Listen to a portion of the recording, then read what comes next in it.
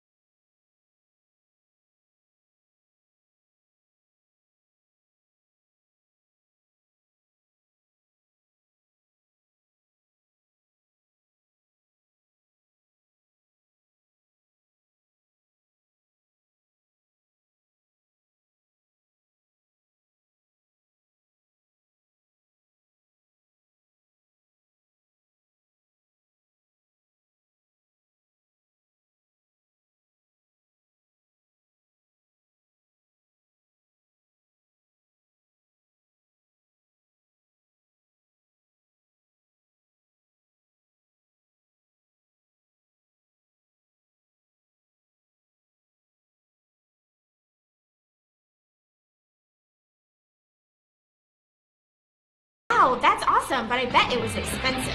It actually wasn't. Their prices are affordable, and want to hear the best part? They have great business wear for at work too, and I also just picked up some new workout clothes for when I go to the gym. Wow, sounds like I need to head to B's Uptown Boutique. It really is where comfort and fashion come together. RasmussenFord.com. It's as easy as point, click, and browse. Go ahead. Let's take a look at RasmussenFord.com. You'll see our complete inventory of vehicles located at both Cherokee and Storm Lake. We have internet specials. You can schedule a service appointment and even apply for a vehicle purchase, all online at RasmussenFord.com. Don't get me wrong, we would love to see you in person because we always have a cup of coffee, popcorn, and a friendly hello waiting for you. But maybe after hours, you just want to take a little look. So go ahead, RasmussenFord.com. The Cherokee Braves here on the road at Missouri Valley. The Braves 1-3. Missouri Valley is 2-2. John, the Braves 1-3, but obviously last week, even though they lost against Emmitsburg, one of the best halves of football we've seen in a long time. That's right. That second half was really impressive. Down 28-7 at the half, and came within. It was a stop that Emmitsburg got, and then they got about a 50-yard touchdown run. And that was the only score they had in the second half. Meanwhile, Cherokee did a great job, and Alex Pauldrud was way over 300 yards, I think around 360 through the air. And I think he had 5 touchdown passes and 2 interceptions. And really, those 2 interceptions, you think about it, the one was a tip pass, and right. The other one was, I think, right before halftime on a heave to the end zone, so it was essentially almost like a punt. Right. So it's just too bad those have to go down in the books as actual interceptions. But once again, thank you for joining us here on your Friday night. We are having the Mongan Painting Company pregame. In our Kiva Boutique coach's comment before the game, John and I saw Coach Tony Gunner up here, and he was in pretty good spirits. That's right. I think he feels like he's got a shot at this game, and it would be nice, really be nice, to get off to a 1-0 start in the district. That would certainly be nice. And here we are in Missouri Valley, and John, you were here, 4 years ago? And John walks into this place and goes, "This is all brand new." It was, I think, more than that. I think it was more 6 or 8 years ago. Okay. The last time Cherokee was in the same district as Missouri Valley, they were both in 2A at the time. I think it was the last game that Coach Phipps coached, so it's been a while ago. But it was down here, and not a bad field, but it was so close to the train track, we just called it the train game. Steve Casey was with me at the time, and the trains kept going by and by, and honestly, the press box would shake.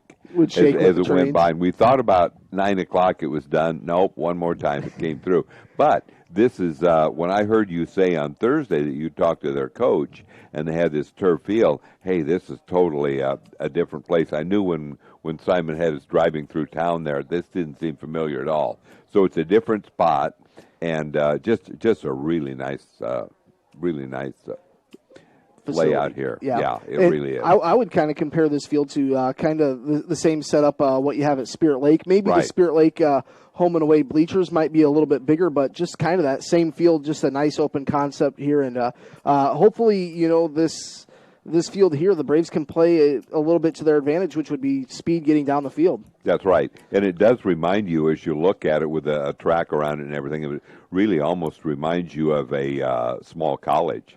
And so it's just a great facility. And, you look out here in the fall and still green, but a lot of trees. So just a real nice setting here out next to Missouri Valley High School. And definitely, we're kind of, like you said, we're up on top of the hill, so we've got good cell phone connection. Knock on wood, we've got good digital connection. So you can get on our KCHE Facebook. I believe there's a link to the YouTube page on there. Thanks to Simon Fuller for bringing us down here once again here to Missouri Valley on the Mongan Painting Company pregame show. Our timeouts tonight will be brought to you by Noggin Water, and coming up at halftime, we will have our Kennedy Chiropractic halftime adjustments. We'll step aside here for a moment for the national anthem. I believe they're going to start that now, so we'll step aside here for 2 minutes and be back here with more Cherokee Braves football on KCHE. Costly dental coverage and paying out of pocket are a thing of the past. At Ryder Family Dentistry, we now offer dental membership plans starting at just $14 a month for children. With this, you receive cleanings, exams, and routine x-rays plus discounts if procedures are needed. Don't pay a dime out of pocket for preventative care. We've got you covered with dental membership plans at Ryder Family Dentistry in Cherokee, your whole health family dental practice. Here for you so you can be you at Kiva Boutique in downtown Cherokee. Before the weekend hits, hit Kiva Boutique in downtown Cherokee. A night out with the girls, a formal event with friends, a family function, or a working weekend. For each of your life's occasions, there is an outfit for you at Kiva Boutique. Style, selection, and service. Here for you so you can be you at Kiva Boutique in downtown Cherokee. 4613. Specific performance may vary by tire model.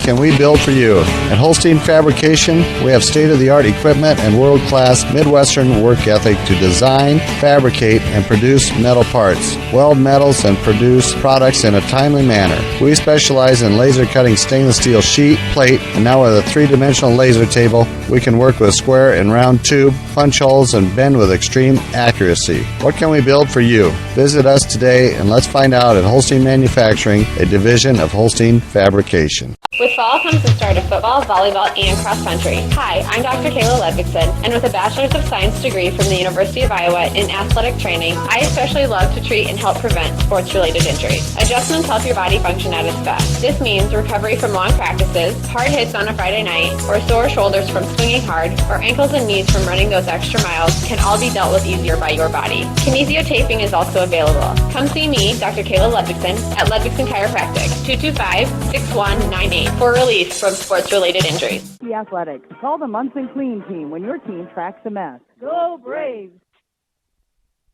KCHE AM 1440. Keith Crane back here alongside John O'Connor in Missouri Valley. Yes, let's go over tonight's starting lineups. We'll tell you about the offense for each side of this game here. For the Cherokee Braves, they'll have the receivers of Ryan Hurd, Carson Mongan, Nick Clark, and Trevor Lundquist will share time, along with Colton Waltman, Alex Paulsrud. In there at quarterback, Cale Wood, I believe, will be at tailback. And on the offensive line, you have Levi Pingle, Colton Strawman, Curtis Reedman, Patrick Paulsrud, and Caleb McGee. Now, on the other side, it'll be quarterback Gavin Bartolini, and then you have Nick Haynes, number 7, the tailback. You'll hear his name a lot, and I'll explain why here. And then you have another halfback with Drake Anderson. Your fullback is Cole Lang. And then in the receivers position, you have Grant Mead. And then the tight end is Gage Clausen. Then on the offensive line for the Big Reds, it's Ben Hernandez, Jace Conan, Connor Murray, Jed Kyle, and William May.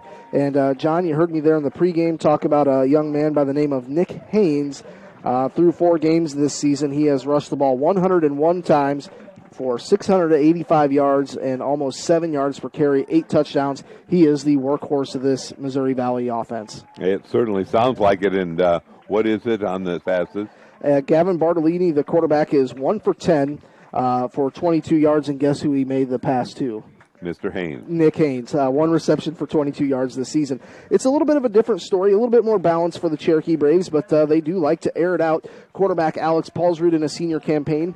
He's completing about 56% of his passes for 807 yards, 12 yards per completion, 11 touchdowns, and 5 interceptions. Trevor Lundquist has rushed the ball for 122 yards, averaging 5 yards per carry. Cale Wood has rushed the ball 18 times for 119 yards for about 6.5 yards per carry. And leading the way reception-wise, Ryan Hurd, the big 6'6 senior, wears number 88, 16 receptions, 264 yards, averaging 17 yards per catch, 5 touchdowns. John Ryan is having a special senior year. He really is. You can tell that he has a big jump in his senior year, and we expect maybe we'll see that next sports season in basketball. Exactly. Colton Waltman, he's also caught 13 passes for 180 yards, 5 touchdowns. Nick Clark, the sophomore, 167 yards receiving, averaging 12 yards per catch. Trevor Lundquist has a touchdown reception on 94 yards on 13 receptions. Carson Mongan has 6 receptions for 57 yards. And Braden Farber, I think, was it week 3 he got the cast off? I think so, yeah. And he has caught 5 passes for 51 yards. And, John, I think Nick Clark, is due for a big game because he's kind of one of those smaller guys, lines up in the slot, not afraid to go across the middle of the field. And he's a pretty tough kid, so expect some big things out of Nick. And he has been fun to watch. And last week was so fun as we talked about. Alex spread the ball around to a lot of receivers, did a nice job. Yes, he certainly did. So looks like the Cherokee Braves will be returning this kick here. And into kick, if I can read his number, they've got red jerseys and red numbers. That would be the quarterback, Gavin Bartolini, to kick things off. Back to receive this for the Braves, I think we've got Waltman and Lundquist. Braves will be moving right to left as we see it. Actually, that might be Cale Wood back there. Or no, it's maybe Nick Clark. Nick Clark and also Trevor Lundquist. I might have John maybe grab the binoculars that are out of there. The Braves jerseys are a little bit hard to read at times as well. So the Braves set to receive the opening kick. And I see some bug spray getting sprayed down on the field. The little black bugs are in full force here.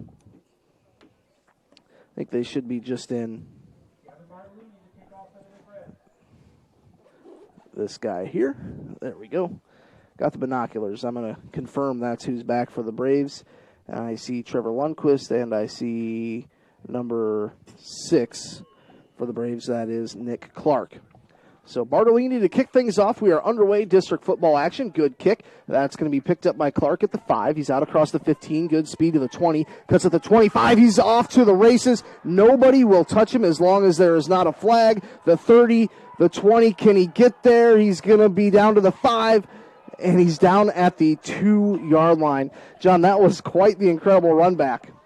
It really was, and I thought he was gone, but one of the defenders on the kickoff team did have a bit of an angle, and so, but still he did a nice job and got down all the way to the 2-yard line.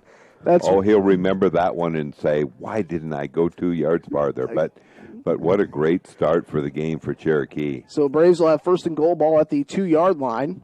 11:45 to play here. We'll see if the Braves can maybe punch one in here early. It's going to be Paulsrud, and lining up behind him, I believe that is Cale Wood in the tailback. Paulsrud will go under center, waiting for the snap, and it's going to be off to Cale Wood, and he is going to be in for a touchdown.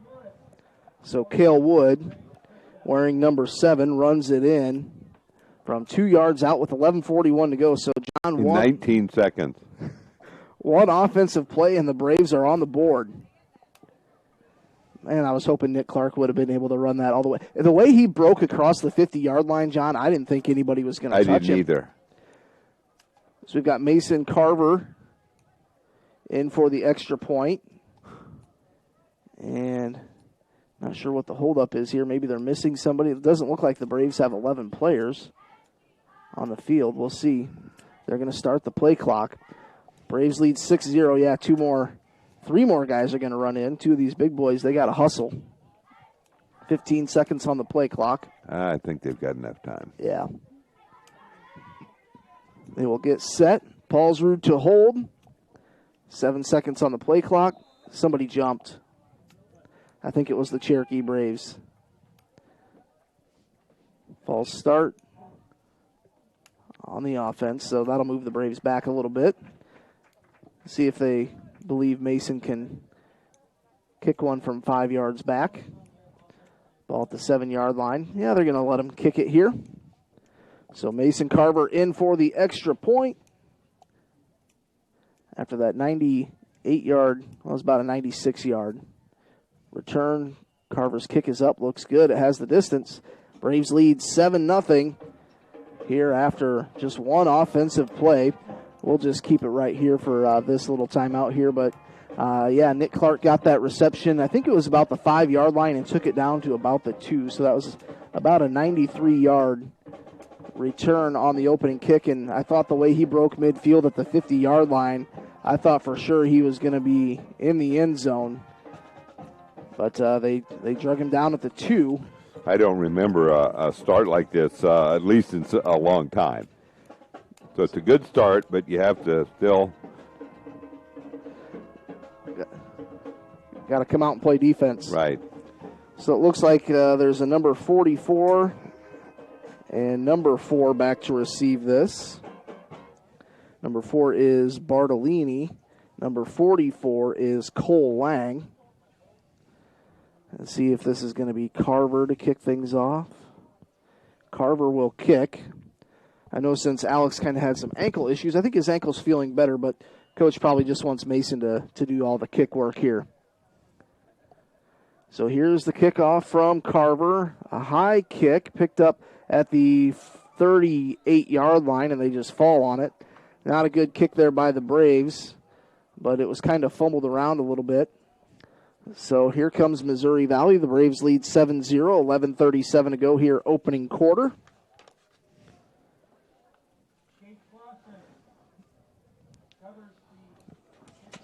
On the kickoff, it was Clausen that recovered it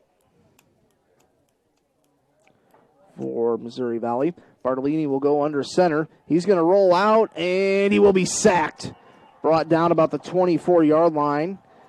Let's see who that was. I think that was Carson Mongan. On the tackle there, looks like it could be Carson. Number 10, that is Carson. I believe it is. So that was a loss of about 9 on that one. Second down and about 19 to go. They need to get to the 48-yard line for a first down. The ball's actually at the 28, so second down and 20. Bartolini going to line up here. 3 men in the backfield waiting for the snap, and he's going to hand this one off. It's going to be actually a quarterback keeper around the edge, and he's going to get back about 9 yards. The ball's on the ground, but Missouri Valley does recover it. Actually lost about a yard, and it went backwards, but they clearly recovered it. So the ball out to the 35, third down and about 13 to go. And you see Ryan Hurd, he's at that safety position, kind of creeping up a little bit. Ryan Hurd having a nice senior season. Out there on the edge, linebacker, you've got Braden Farver, actually cornerback. Don't want to line up his side, so he'll creep in. Bartolini will go under center, waiting for the snap, 3rd and 13. And this one's going to be a handoff up the gut, and nothing there. Picked up about 3 yards. Going to bring up 4th down and long, so in comes the punt team. It's going to bring up 4th down, and we'll just say 10. Looks like Trevor Lundquist is back to return this punt. I believe that's also Nick Clark back there. Number 6. They probably won't want to kick it to him again. Probably not. But the other thing is Trevor Lundquist, he's pretty speedy himself. Their punter standing about the 25, a little bit of a high snap. He gets it. Nice punt. This thing's going to go back down and bounce, and it will go to the end zone. Oh, he was so close. The Braves dodged a bullet there. Cole Lang, number 44, was right down in the corner, just about saved it. He was trying to stop it at the 1 yard line, but that one will come out to the 20 for the Cherokee Braves. So now we'll see the Braves here. The offense for the second time. They received the opening kick, and it was about a 93-yard kick return by Nick Clark, and a 2-yard touchdown run by Cale Wood to put the Braves up 6-0. Carver nailed the extra point. That was about 19 seconds into the game. And the Braves still lead here 7-0 with 9:31 to go. So the Braves will break their huddle. And let's see what they come out here with. Looks like they're going to go 2 wide receivers, 1 man in the backfield. I believe that's Cale Wood. And it's going to be a play action. Paulsrud rolls out and throws an interception at the 30-yard line. And, man, just like that, the Braves gave it right back, John. That's not a good start on that second series there. That is too bad. It looked like it was well thrown, but nice interception there. It looked like he had a chance to have a nice completion, but it didn't work out. So now Missouri Valley right back into this ballgame. If the Braves could have came out and punched one there. So that'll put the ball right at the 28-yard line. Missouri Valley heading into their end zone. Bartolini going to line up. They haven't gave the ball to Haynes yet. And now they're going to do that. He's going to try and run right up the middle, and he's going to be stopped for a loss. I think that was big number 68 for the Cherokee Braves in there. That is none other than Caleb McGee. Caleb McGee is obviously the strong point of that defense. He is a big defensive lineman and can really cause a lot of issues. Actually pushed him back a yard. 2nd down and 11. Braves lead 7-0. 8:56 to go here, opening quarter. And Missouri Valley sidelines are pretty excited after the interception. 2nd down and 11. Bartolini goes under center. It's going to be Haynes up the left side. Shoestring tackle won't bring him down. A few other Braves jump on top of the pile there. I believe that was Nick Clark in on the tackle. So that was a gain of about 2. 3rd down and 9 here. And, John, this is where, when your offense becomes one-dimensional, when you've completed one pass all year long, it just kind of makes you think, do you keep running the ball or do you maybe try and air it out here? They're going to line up 3 men in the backfield. Bartolini under center, waiting for the snap. Going to hand it off to Lang. Bartolini actually keeps it. And he's going to be down to the 20, but he's still going to be about 3 yards short of the first down. So Bartolini picks up about 5-6 yards on that one. We'll give him 6 as it's 4th and 3. So here we go. Big down here, to say the least. 7:44 to go. Running in the play is Gage Clausen. He's a sophomore. 165 pounds, pretty good-sized kid. All right, 4th down and a long 3. Bartolini goes under center, waiting for the snap. Going to be a quarterback keeper up the middle. Caleb McGee trying to just pull the ball out of there, and he picked it up. Caleb McGee just ripped the ball out of his hands. Doesn't make any difference who's got the ball. They certainly didn't get the first down. I just thought that was impressive that Caleb wasn't going to let it go. I've seen some, Caleb, he's put up some records lifting weights. I don't think I would want to get into an arm wrestling match with Caleb. He's a pretty strong kid. 7:22 to go. The Braves will get another crack at it. They lead 7-0. Braves going to line up one man in the backfield. That is Cale Wood. Paulsrud under center, 2 receivers. This is going to be a handoff to Wood up the right side, and he's going to maybe pick up a yard. So the clock will continue to run here with 7:13 to go. Braves leading 7-0 opening quarter. The Braves got their 7 points opening kickoff. Nick Clark returned all the way to about the 2-yard line. And then Cale Wood punched it in from about 2 yards out. So it's going to be Paulsrud and Wood in the backfield. 3 receivers left, 1 right. Paulsrud waiting for the snap. Gets the snap, drops back. Good protection. He's going to load one up, throws it down to Ryan Hurd. Jump ball. He caught it, and he is going to be brought down on the other side, down to about the 28-yard line, but there is a flag down. Well, let's hope it's pass interference and didn't make any difference. That was about a 42-yard pickup. If you get Ryan Hurd one-on-one coverage, give him the jump ball. 42-yard reception there. That one play pretty much just flipped the field. Pass interference on the defense doesn't matter. The Braves will decline that, and they will have 1st and 10, ball at the 28. Kind of had a feeling Paulsrud wanted to get a deep one to Ryan. Well, that's right. That one was looked good all the way. All right, so they're going to line up 3 receivers left, 1 right. Man in the backfield, Wood, alongside quarterback Paulsrud, the senior, waiting for the snap.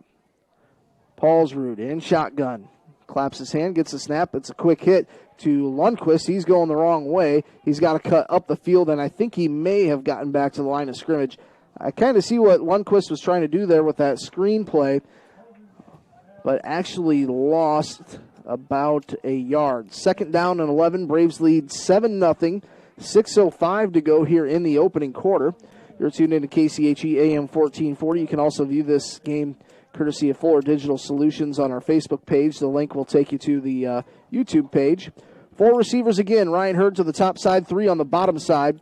Paulsrud, the quarterback, waiting for the snap. Cale Wood goes in motion, and it's going to be a quarterback keeper up the middle. Not a whole lot there. Paulsrud will just kind of slide down.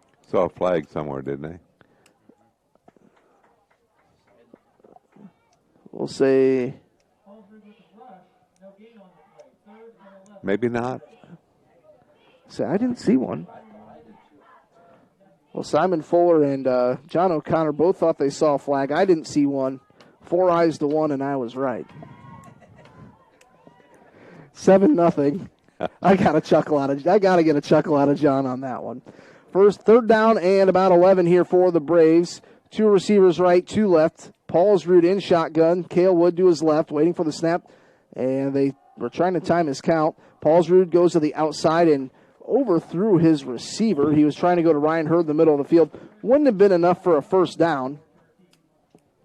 See if I can see a flag anywhere. I don't think Mason Carver would have quite the foot. No, I would think you've got to go for it on 4th. It's close enough where you would like to pick up that 10, but you can't really punt it from this close. Yeah, they're at the 29-yard line. If you had Gabe Fuller on this team, would you let Gabe boot it? Maybe Gabe, absolutely. Andy Dawson was a pretty good kicker, Andy too. Dawson would be another one. All right, 4 wide receivers.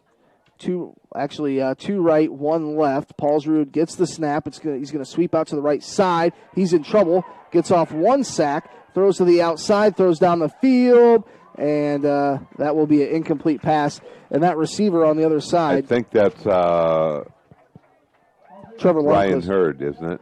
Trevor Lundquist knocked it away. Actually, if he would have let him catch it, would have been an interception. Well, and that's it. He actually played defense as an offensive player to make sure that it wasn't intercepted, because it was closer to being intercepted, no doubt. But if he would have let him intercept it, they would have been back about the 15-yard line. That's true. That's true. But Alex owes him maybe a cheeseburger for that one. All right, Bartolini going to line up here under center. 2 men in the backfield. They'll hand it off to Haynes right up the gut, and he's stuffed after a couple yards. Who was that up in the middle? I think that was number 75 on that time that got a pretty good low hit. That was Patrick Paulsrud. Picked up 5, split the chains in half. Ball is right at the, looks like at the 34-yard line. 4:28 to go here, opening quarter. Braves lead 7-0. They scored that first touchdown, was it 16 seconds into the game? I think 19. I think 19. Either way, it was pretty quick. 2nd down and 5 here for Missouri Valley. Bartolini going to line up under center. Braves showing blitz up the middle. And he's going to hand this one off to Haynes. And he's going to be close to a first down. He'll be pushed back. I was going to say I didn't hear a whistle, but we've got a big window in front of us. I don't think I would have heard it anyways. See where they mark this. Give him his forward progression. It's going to be about 3rd and a yard. Picked up 4 with Haynes on that carry. 3:50 to go. Opening quarter. Braves lead 7-0. 3rd down and 1 for the Big Reds. I'd bet a lot of money that they would run it here. Bartolini up the middle. I think he got it with his forward progress. So a first down. I'm going to write a name down here, and I'm going to ask John O'Connor, if you had 4th down and 1 to go and you needed a quarterback to sneak for 1 yard in the NFL, who would you pick? It is Tom Brady. He is really good at that. Now, I was impressed with Carson Wentz last night in the game against the Packers. He looked like he was stopped, and then he did kind of a spin move, so he's able to do it too. But Tom Brady seems to always make it. He always gets that 1 yard. 1st and 10 here. Out of shotgun. They fumble the snap. Can the Braves get there? No. Bartolini falls back on it, but he lost about 3 yards. You know, it's kind of fun when you get a quarterback. Like I remember Tony Romo would always somehow get out of being sacked, but sometimes you're like, oh, man, sometimes you just set yourself up for a bigger hit that way. That's right.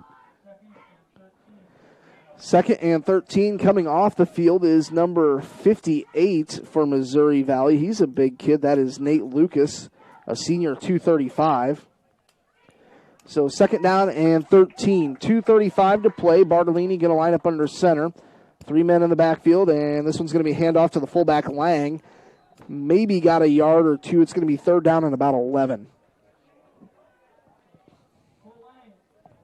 Lang on the carry, picked up 2. Coming back into the ball game will be number 14, Sean Callahan. He's a 170-pound junior.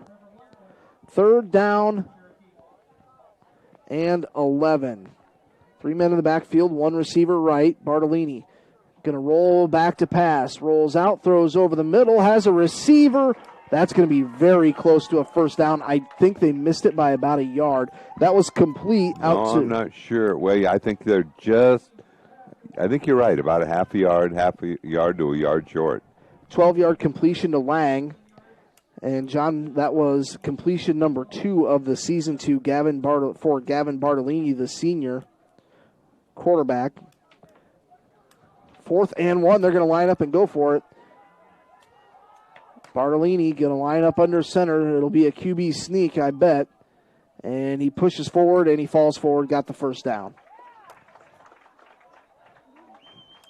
So first down for Missouri Valley.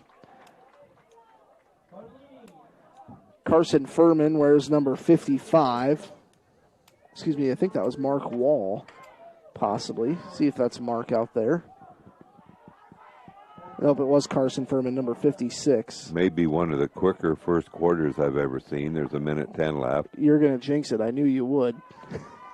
It's okay. Bartolini going to line up. Looks like shotgun this time. Pistol formation, man right behind him. Lang goes in motion. This will be a handoff to Haynes. Cuts it back up across the field, and he's going to be out to about the 41-yard line. That was a pickup of about 7 yards. 50 seconds to go, opening quarter. It's 7-0. Cherokee leads. Braves need to kind of regroup their defense here a little bit. Haynes, a tough run of 7 yards there. Haynes is one of those kids, it just seems like he's always running downhill. Bartolini in pistol again. Lang goes in motion from the left side. They'll hand it off to Haynes, and he will be wrapped up for a loss. Let's see who gets off the pile here for the Braves. See, that was Carson Mongan in on that. Also, Levi Pingle on the tackle. I think that's it. Lost 2 yards. 4 seconds to go here. Opening quarter. The Braves lead 7-0. That will end the first quarter. That was a quick one. Let's see, what time is it? It is 20 after. 20 after 7. That was a pretty quick quarter. We'll step aside here for 1 minute. You're tuned in to KCHE AM 1440. Your home for Cherokee Braves football. For over 100 years, Cherokee Regional Medical Center has been providing high-quality medical services in the heart of Northwest Iowa. Our modern facilities and state-of-the-art technology provide the professional medical services our patients deserve with the convenience of staying close to home. We know that everyone's healthcare needs are unique. We take pride in treating your individual needs in a personal manner you can trust. You have many choices in healthcare. Choose someone who truly cares about you. Cherokee Regional Medical Center. Professional care made personal. Since the 1920s, the Boothby family has been serving the people of the Cherokee area. Our name is synonymous with professionalism, caring, compassion, and understanding. As third-generation funeral directors, Richard and David Boothby pride ourselves in our commitment to the families we serve. We will provide a professional and dignified service for your loved one, whether it is a traditional service, cremation with a memorial service, or a simple graveside service. We would be honored and privileged to serve your family like it was our own. Contact Richard or David Boothby and set up an appointment and put your mind at ease. The Boothby Funeral Home on East Main in downtown Cherokee. Not guaranteed by the bank, may go down in value. KCHE AM 1440. Back to action here. The Braves lead 7-0. Overall, aside from that one interception, John, a pretty good quarter by the Braves. Right. See if they can get a stop here. Yeah, 3rd down and 5. This would be a big stop. Bartolini going to line up under center. 3 men in the backfield again. And this one's going to be a quarterback keeper around the outside. And nice second effort tackling there, I think, is going to leave him about a yard short. Here we go with another quarterback sneak. Although this one I think is going to be a little longer. Closer. Well, about a yard and a half. Yard and a half. Picked up 3.5 yards on that one, Bartolini. So 4th down and short. And I'd say this is 4-down territory. Ball at the 40.5-yard line. They need to get to the 39. You could always line up shotgun, make a read, and do a little pooch punt from this area, but they're going to line up under center. Braves have 4 linebackers. And are we going to have a timeout here? We'll have a timeout, Missouri Valley. Timeouts tonight brought to you by Noggin Water in Cherokee, only the best water. We'll be back in 60 seconds on KCHE AM 1440. We have been serving the financial needs of this area for a long time. Many of today's customers are the great-grandchildren of yesterday's. As we look ahead, we are very thankful for the opportunity to serve the financial needs of this area. Cherokee State Bank, member FDIC, a tradition of community banking. It's a tradition that's just our way. Cherokee State Bank, celebrating 125 years of serving you. Our goal is to get real estate results at Rasmus Realty in Cherokee.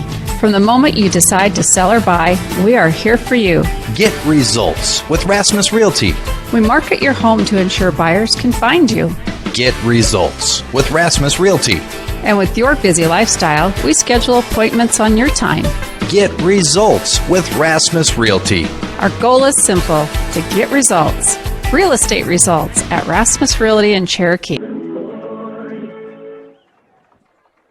Quickest timeout in the history of football, and Cole Lang. About 37 seconds. Cole Lang, the fullback, got about 2 yards on the left side. So that's going to bring up a fresh set of downs, John. The thing you can kind of run into here is you worry about your defense getting a little wore down. Bartolini going to roll up under center. 2 men in the backfield. Classic I formation this time. Waiting for the snap. He'll hand this off to Haynes. Hits the left side. He's got a hole. He's going to pick up about 8-9 yards. And still not down yet. Well, he went out of bounds. He might even have 10. He might hit. Well, let's see. They're going to. Very close. No, it looks like about 9. They need to get to the 28-yard line for a first down. They're at the 29. Tip of the nose just at the 29-yard line. So 2nd down and 1. When you can rush for 9 yards to start a little series off, you're in pretty good shape. Bartolini going to line up under center again. Another I formation. See if they run the exact same play. And yes, they do. Haynes jumps over one defender. Not sure if he got that or not.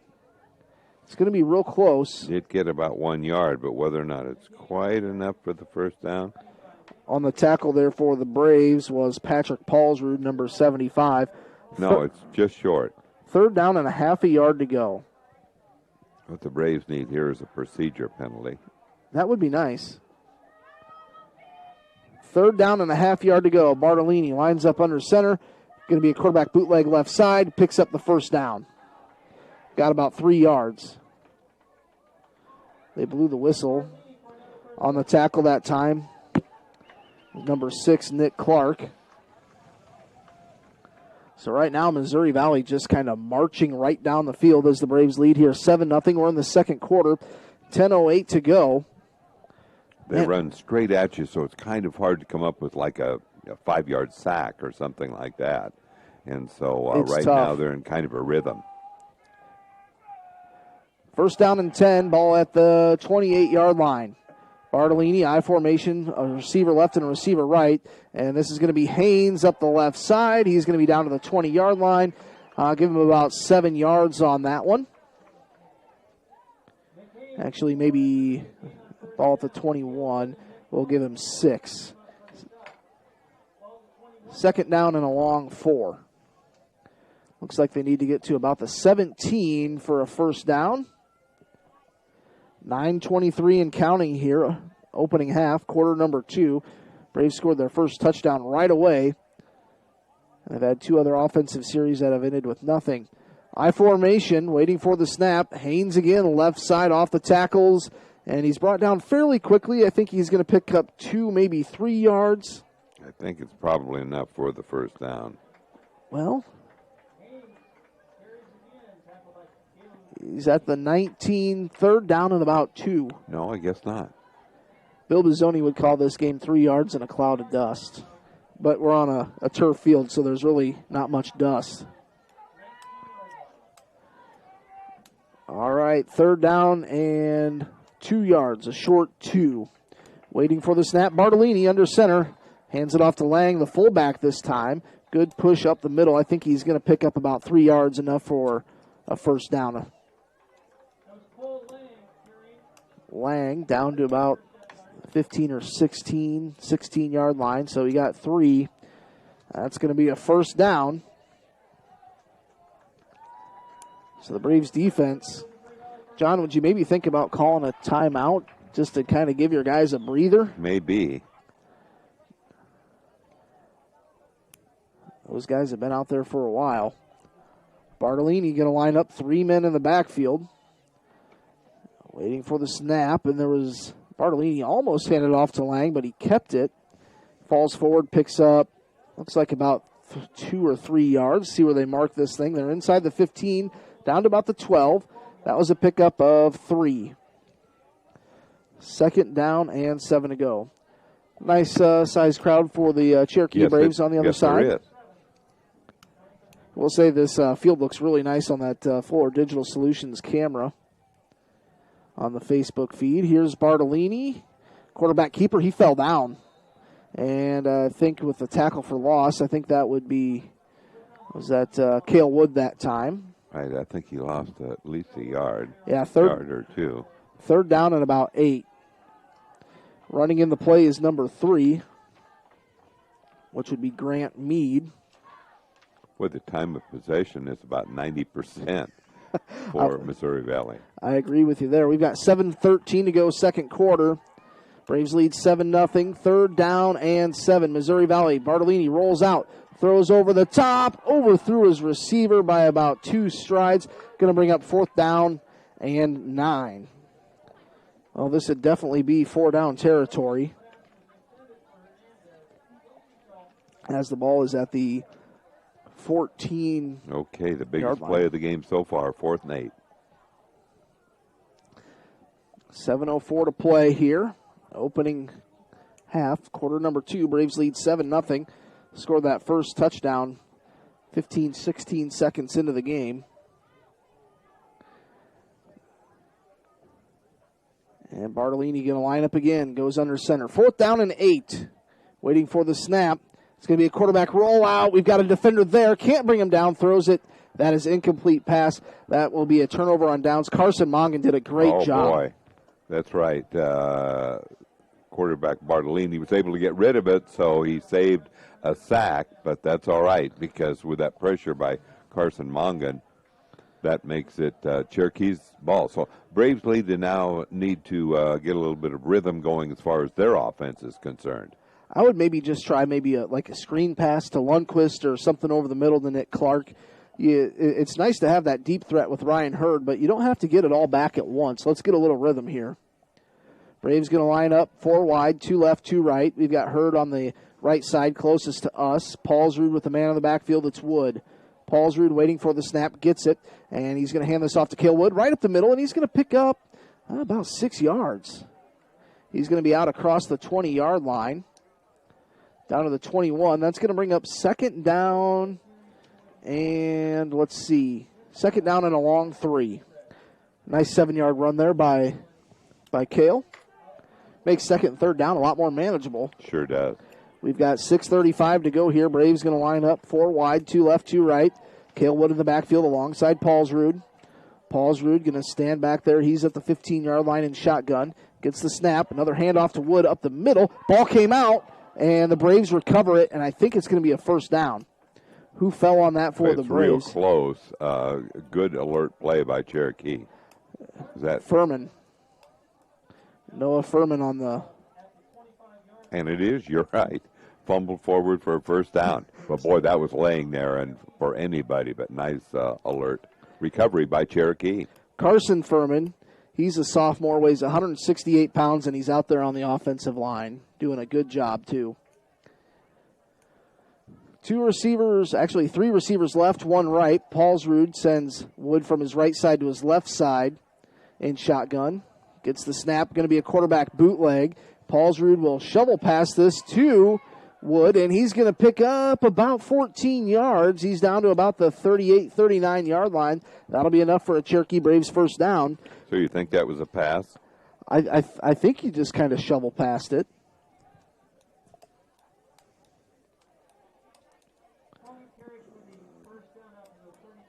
Well, they say Wood carried it, so maybe it was a pitch. So we'll give Wood 14 yards rushing on that one. Paulsrud again, 3 receivers to the right side, the wide side. Receiver at the top of the field here is Hurd. And we've got a timeout. Something is wrong with Cale Wood. Yeah. We'll step aside here for a Noggin Water timeout. We'll be back in 60 seconds. OMG, you have to tell me where you got that outfit. You won't believe this, but I found it right here in Cherokee at B's Uptown Boutique. Wow, that's awesome, but I bet it was expensive. It actually wasn't. Their prices are affordable, and want to hear the best part? They have great business wear for at work too, and I also just picked up some new workout clothes for when I go to the gym. Wow, sounds like I need to head to B's Uptown Boutique. It really is where comfort and fashion come together. RasmussenFord.com. It's as easy as point, click, and browse. Go ahead. Let's take a look at RasmussenFord.com. You'll see our complete inventory of vehicles located at both Cherokee and Storm Lake. We have internet specials. You can schedule a service appointment and even apply for a vehicle purchase, all online at RasmussenFord.com. Don't get me wrong, we would love to see you in person because we always have a cup of coffee, popcorn, and a friendly hello waiting for you. But maybe after hours, you just want to take a little look. So go ahead, RasmussenFord.com. S&S Auction Services and Mike's Body Shop. Remember us for quality used vehicles, auction services, and auto body repair. Short timeout. First down and 10 for the Braves. Here's Lundqvist. He's got a nice hole, and he's going to be out to midfield. He's going to pick up 11 yards. Trevor Lundqvist, the senior, picks up 11 yards, and we see it was Cale Wood that was not feeling well. One of those things where you're not sure if it's a concussion or maybe just got hit maybe below the belt, took the wind out of you. One of those things, but hopefully he can get back in the game if he is healthy. First down and 10, ball at the 49-yard line into Big Red territory. We've got 4.5 minutes, actually 4:50 to go here in the second quarter. Paulsrud, 3 bunched receivers to the right side. Paulsrud waiting for the snap. Gets the snap, blitz coming from the middle. He's going to throw over the head of Ryan Hurd. I like that idea, but there was double coverage there, and at least Alex put it where only Ryan would have had a shot to get it. So that'll bring up 2nd down and 10. And I saw on the sideline, Kobe Grell was over kind of talking with Cale Wood. Kobe is, one of those kids had an injury, probably would love to be playing the game of football right now, and he's a great support on that sideline for his teammates. 4:35 to go. Braves lead 7-0. We're in quarter number 2. 3 receivers left, 1 right. Under center, Paulsrud, Lundquist in the backfield. Paulsrud going to hand this off to Trevor. Bounces to the outside. He's going to pick up positive yardage. He's across the 35, down to the 30. That's going to be a pickup of, we'll give him 14 yards on that one. Trevor Lundquist. So the run game is getting going here for the Cherokee Braves.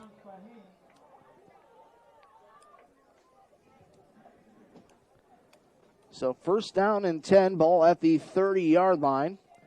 Really nice field they have here in Missouri Valley. And they're kind of the portion of the field where John O'Connor can't really see. I've got to move around a little bit. All right, 1st down and 10 for the Braves. Ball right at the 30. 2 receivers left, 2 right. Lundquist will move to the right side. It's going to be a pitch out to Trevor. He's going to run downhill, and he's going to pick up a few yards. We'll see where they mark him out at.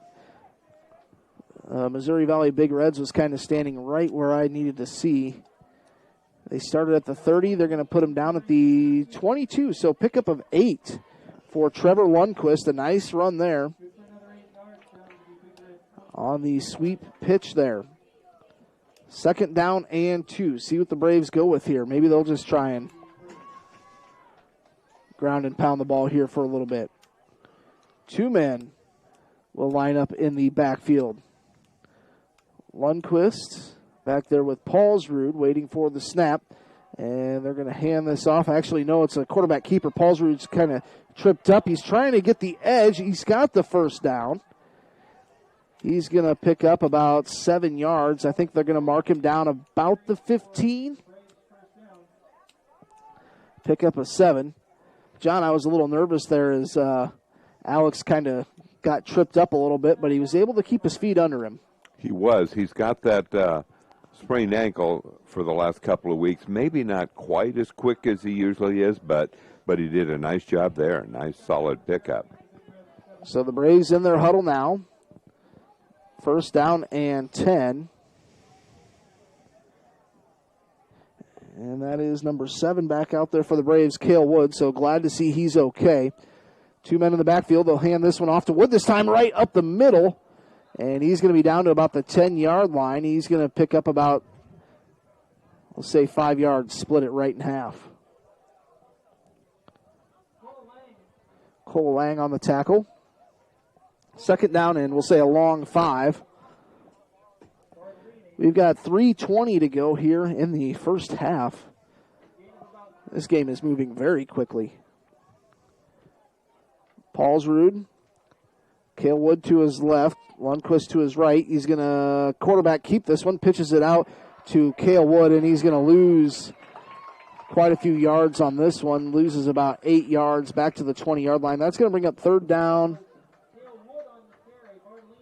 Will this be 2nd down? We'll see. Well, you could tell right away that one wasn't going to work. They have that one sniffed out. 3rd down and about 13 to go. So the Braves got a... Time for Alex to go to the air. I would agree with that.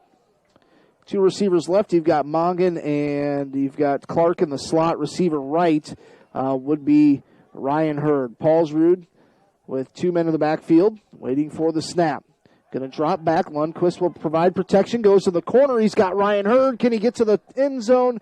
No, but he's going to have enough for a 1st down to about the 4-yard line. Really nice footwork on the sideline there by Ryan Hurd to haul that in and know where his feet were. So that's going to bring up 1st and goal. Ball at the 4-yard line. Ball on the right hash mark. We've got 2:17 to go here.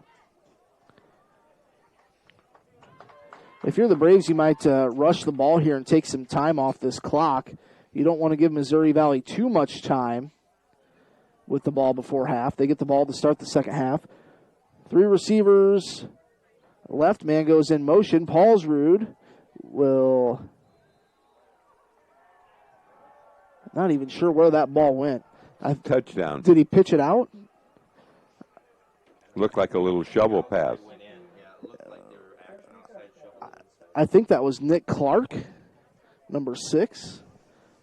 So a little shovel pass. I wasn't sure where that went. That was pretty good trickery there by the Braves, so kind of fooled everybody. 13-0 Braves lead. Carver will be in for the extra point. Paulsrud will hold. Braves lead 13-0. Another player running in here to get on the line. That'll be Braden Farver. Carver waiting. Kick is up. It is good. Braves lead 14-0 with 2:13 to go here in the opening half. We'll be back in 60 seconds with more Cherokee Braves football on KCHE AM 1440. Thank you. OMG, you have to tell me where you got that outfit. You won't believe this, but I found it right here in Cherokee at B's Uptown Boutique. Wow, that's awesome, but I bet it was expensive. It actually wasn't. Their prices are affordable, and want to hear the best part?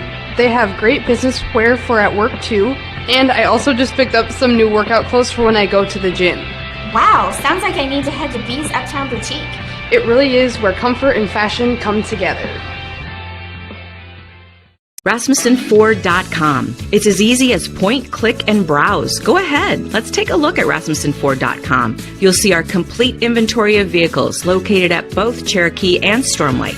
We have internet specials. You can schedule a service appointment and even apply for a vehicle purchase, all online at RasmussenFord.com. Don't get me wrong, we would love to see you in person because we always have a cup of coffee, popcorn, and a friendly hello waiting for you. But maybe after hours, you just want to take a little look. So go ahead, RasmussenFord.com. KCHE AM 1440, Keith Crane back here with John O'Connor. The Braves will kick this off down to about the 12-yard line, out across the 20, the 25, cuts back. I believe that's Lang. There goes the flag.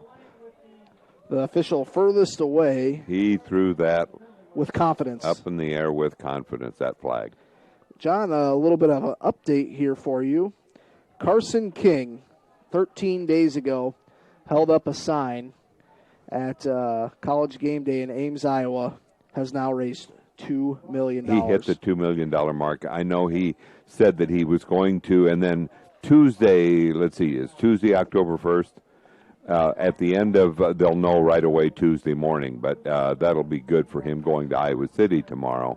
Yes. So that's a big penalty here against Missouri Valley, marks him all the way back to the 20. Who does Iowa play tomorrow, John? Middle Tennessee. Is that State or Tech? I think it's just Middle Tennessee, period. I'm just making a joke. First down and 10 for Missouri Valley. Here's a pitch out to Haynes. Shoestring tackle won't do it. He bounces out to the 30, and it's going to take a couple Braves players. Who was the one that finally laid the wood down? That was Carson Furman. I think that was Carson. Actually, that was number 53, Levi Pingle. First down and 10, ball at the 35-yard line. Bartolini under center, 149 and counting. He's going to drop back to pass, has time, looking down the field, has a receiver, overthrew him. He was wide open. The Braves dodged a bullet there. Second down and 10. But no, that will be pretty neat to see Carson be able to lead the way to the Children's Hospital right there. Exactly. Just a remarkable thing that he's done. Second down and 10 for Missouri Valley, and more importantly, that stops the clock with 1:43 to go. Kind of limits Missouri Valley offensively. They're back at their own 35. I believe they have 2 timeouts left. They're going to hand this one off to Lang up the middle, hurdles one defender, and he's brought down. That time it was Lundquist on the tackle. Picked up 4. Third down and about 6. Clock will continue to roll. And if they run it here, I would think if they don't get much of a gain, the Braves would maybe call a timeout to get the ball back and have another shot. Bartolini under center, hands it off to Haynes, bounces to the outside, has to take the wide angle, and it was Nick Clark that pushed it out of bounds. He's going to be out at the 41-yard line. We've got a Cherokee Brave player down at the 45-yard line. I think that was Patrick Paulsrud that kind of went down. He's okay. But he's back up, yes. That's going to be enough for a first down. Got it. Right at the 46-yard line. 1:13 to go. Clock should roll. Well, no, he went out of bounds. So that got him a first down and stopped the clock. That was a good play for Missouri Valley. Braves lead 14-0 just before half here. Bartolini goes under center, 3 men in the backfield. And it's going to be a quarterback keeper, bootleg around the right side. He's got some room. He's got some speed. He's going to be out to the 41, maybe 42 in Braves territory. Picked up about 12, 13 yards on that one. Into Braves territory. So the Braves got to stand strong here. Don't want to give up a score here. Especially because Missouri Valley gets the ball back to start the second half. So Braves are leading 14-0. 1:06 to go here, just before halftime. Bartolini going to line up 3 men in the backfield again. Waiting for the snap. Bartolini going to hand this one off to Lang. Actually, no, shovels it out to his running back, Haynes, and he's running downhill. He's down to about the 33, picked up about 8 yards. Clock will continue to roll, 54 seconds and counting here. Do we have a timeout? Timeout, Missouri Valley. That is their second timeout. We'll take a refreshing timeout brought to you by Noggin Water back in 60 seconds on KCHE. Costly dental coverage and paying out of pocket are a thing of the past. At Ryder Family Dentistry, we now offer dental membership plans starting at just $14 a month for children. With this, you receive cleanings, exams, and routine x-rays plus discounts if procedures are needed. Don't pay a dime out of pocket for preventative care. We've got you covered with dental membership plans at Ryder Family Dentistry in Cherokee, your whole health family dental practice. Here for you so you can be you at Kiva Boutique in downtown Cherokee. Before the weekend hits, hit Kiva Boutique in downtown Cherokee. A night out with the girls, a formal event with friends, a family function, or a working weekend. For each of your life's occasions, there is an outfit for you at Kiva Boutique. Style, selection, and service. Here for you so you can be you at Kiva Boutique in downtown Cherokee. 3 p.m. That's Main Street Bakery and Cafe in Cherokee. Call 225-1143 and remember to like them on Facebook. Second down and 2 here. That was an actual full legitimate minute timeout. Bartolini under center for Missouri Valley. He's going to drop back to pass. Good coverage downfield by the Braves. He's back to his own 45, rolling out of the pocket. He's got a blocker, but he's going to run out of bounds. He's going to lose about 4 yards on this one. Going to bring up third down and about 7 yards. Good downfield coverage there by the Braves, John. Absolutely. They're going to say third down and about 5. Actually gave him a pretty good spot on that one. Ball is at the 35. They need to get to about the 31, so third down and 4 here. This is definite 4-down territory. 44 seconds to go. I would guess maybe Missouri Valley would try and run for a first down here, and then if they don't get it, maybe take a shot at the end zone. If they do get it, maybe run up and spike the ball. And this is going to be a quarterback keeper. Bootleg around the left side. He's got a first down. He's down about the 16-yard line. Pick up about 6 yards there for Bartolini. 39 seconds. They'll start the clock. 35 seconds to go. See if they run a play here. Bartolini under center. Dropping back to pass. Good coverage downfield, but he finds an open receiver, and he's going to try and get out of bounds. He's going to have enough for a first down, I believe, down to about the 11-yard line. So Missouri Valley really threatening here before half. Let's see if they give him 9. I didn't think he got out of bounds. Actually, they're going to give him about 7 yards. Well, that was a first down, exactly 10 yards. Clock is rolling, and they decide to spike the ball. It took 1 second. Couldn't go with the old fake spike. Who was it that ran the fake spike? Was that Dan Marino? Dan Marino, most famous one, yes. Second down and 10. Ball's at the 11-yard line. think we have a time. Well, I think we've got a timeout. We'll just keep it here, but we will thank our refreshing timeout sponsor, Noggin Water. Don't want to miss anything as there's only 21 seconds left here in the first half. John, let's talk, coming up at halftime, Kennedy Chiropractic halftime adjustments. For the Braves on offense, I would say maybe a little bit more ball security. And on the defensive side, maybe just try and slow down that run a little bit. Obviously, the 19 seconds it took for him to score, isn't anything that's going to happen very often. But that last drive was very impressive. They started deep in their own territory, so it was right around an 80-yard drive, and a nice mixture of passing and running. Exactly, yeah. And Cale Wood has had some nice runs. Trevor Lundquist has had some nice runs. Ryan Hurd, I think, has a 42-yard reception here. Right, he has a 42, and then I think one other reception of about 16. Was that maybe to Nick Clark? No, Ryan had a 42-yarder, but a 12-yarder. But yes, Nick Clark also has a reception. So Bartolini going to line up under center, hands actually quarterback bootleg, and somehow got that pitch off to Haynes. He stumbles, rumbles, falls in for the touchdown. I am not sure how Bartolini got that pitch out. So with 14 seconds left, Missouri Valley's on the board. It's 14-6. I'm not sure how Bartolini got that one off. I thought the Braves had him dead to rights. Looks like, see if they'll kick or go for two. They're going to huddle up like they're going for two here. So they'll mark the ball right at the 3-yard line. They're going to line up, same formation, 3 men in the backfield. Bartolini going to go under center, waiting for the snap. And going to quarterback keep this one around the outside. And he made just enough of a juke move to get in for the 2-point conversion. So it's 14-8. And Coach Richard Barker on the sideline is happy with the outcome of that. Coach Barker heard in the pregame Cherokee Braves tailgate show, very nice guy to talk to. You can tell he loves the game of football. We'll just keep it here. That's a tough way to end the half. It is. But maybe the Braves can get another kickoff return, you possibly hope. But you have to feel like maybe Missouri Valley would just kind of pooch it. Kick it, I would think, yeah.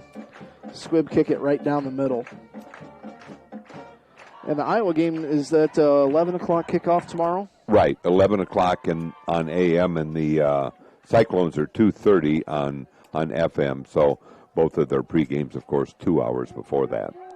So tomorrow morning you can hear KCHE News and Sports in the 7 o'clock hour. Then between 8 and 9 o'clock, we will have our Coach's Corner program. And I think we're going to put Bill Bizzoni through the paces. But at the rate we're going, we're not sitting too terribly bad right now time-wise. No, we'll have to stall and make sure Bill does all the shows. So we've got a timeout, Missouri Valley. Well, yeah, I'm not sure to see Coach Barker out there. He's trying to make a substitution. We'll just keep it right here as there's only 14 seconds left. He's probably wanting to remind his guys, make sure you don't give up a big play here after that opening kickoff. That drive there by Missouri Valley, John, that could be kind of a momentum shift for Missouri Valley because they get the ball to start the second half.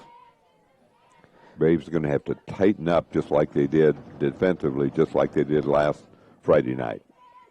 That was a good half they played against Emmitsburg. So Coach Barker finishing up his speech to his guys. The Braves will head back out onto the field. Back to retrieve this kick. We've got Lundquist back there. On the short side, Nick Clark on the far side.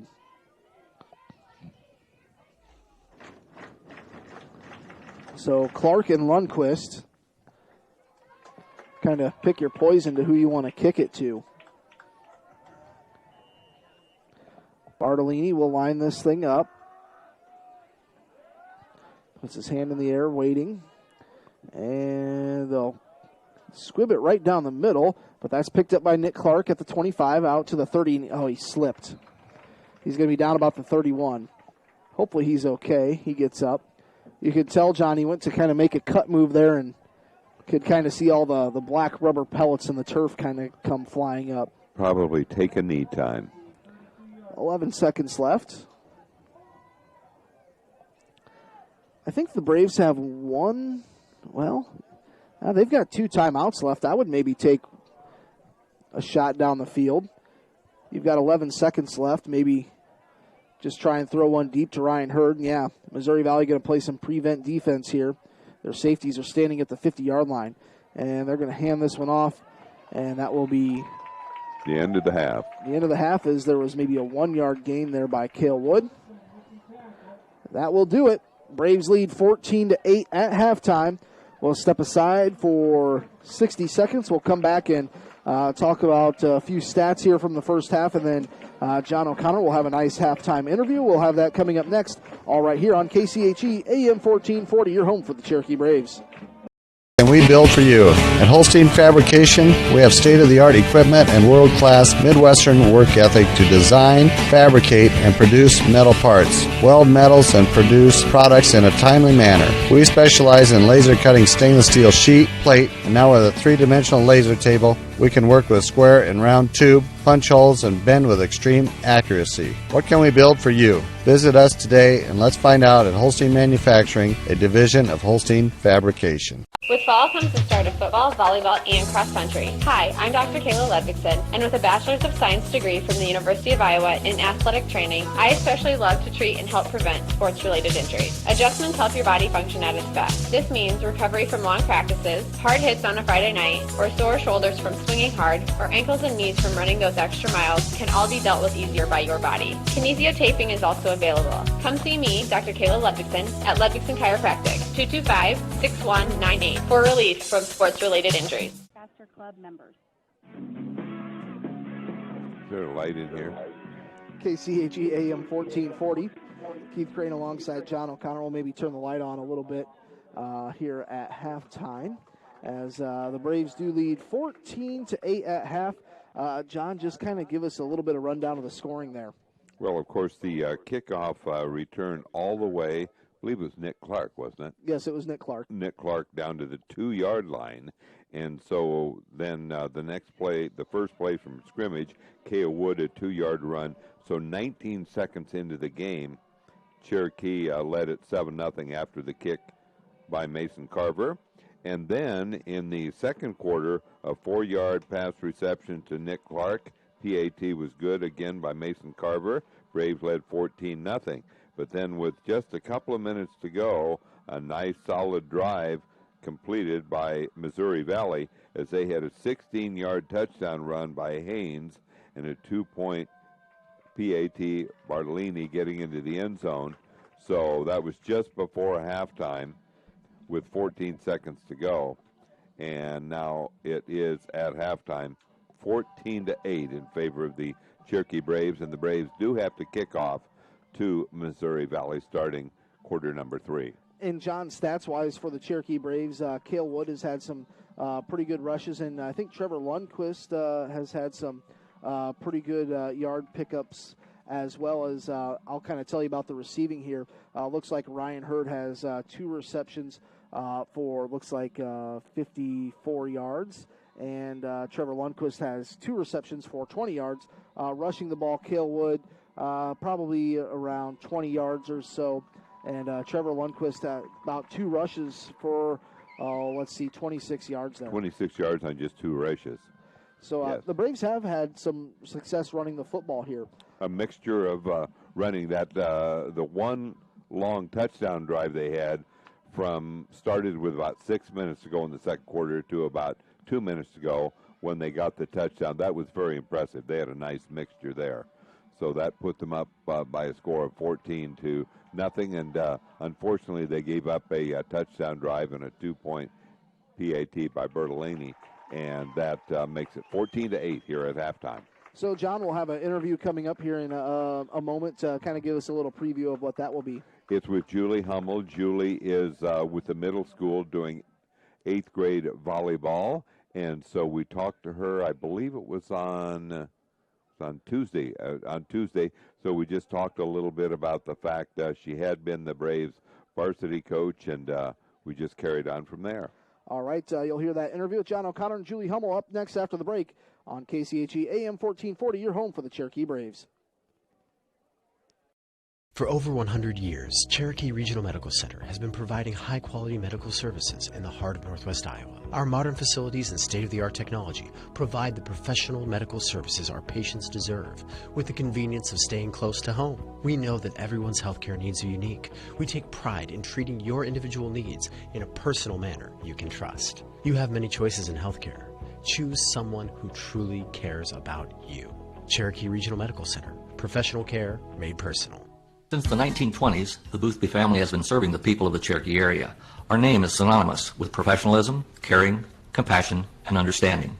As third-generation funeral directors, Richard and David Boothby pride ourselves in our commitment to the families we serve. We will provide a professional and dignified service for your loved one, whether it is a traditional service, cremation with a memorial service, or a simple graveside service. We would be honored and privileged to serve your family like it was our own. Contact Richard or David Boothby and set up an appointment and put your mind at ease. The Boothby Funeral Home on East Main in downtown Cherokee.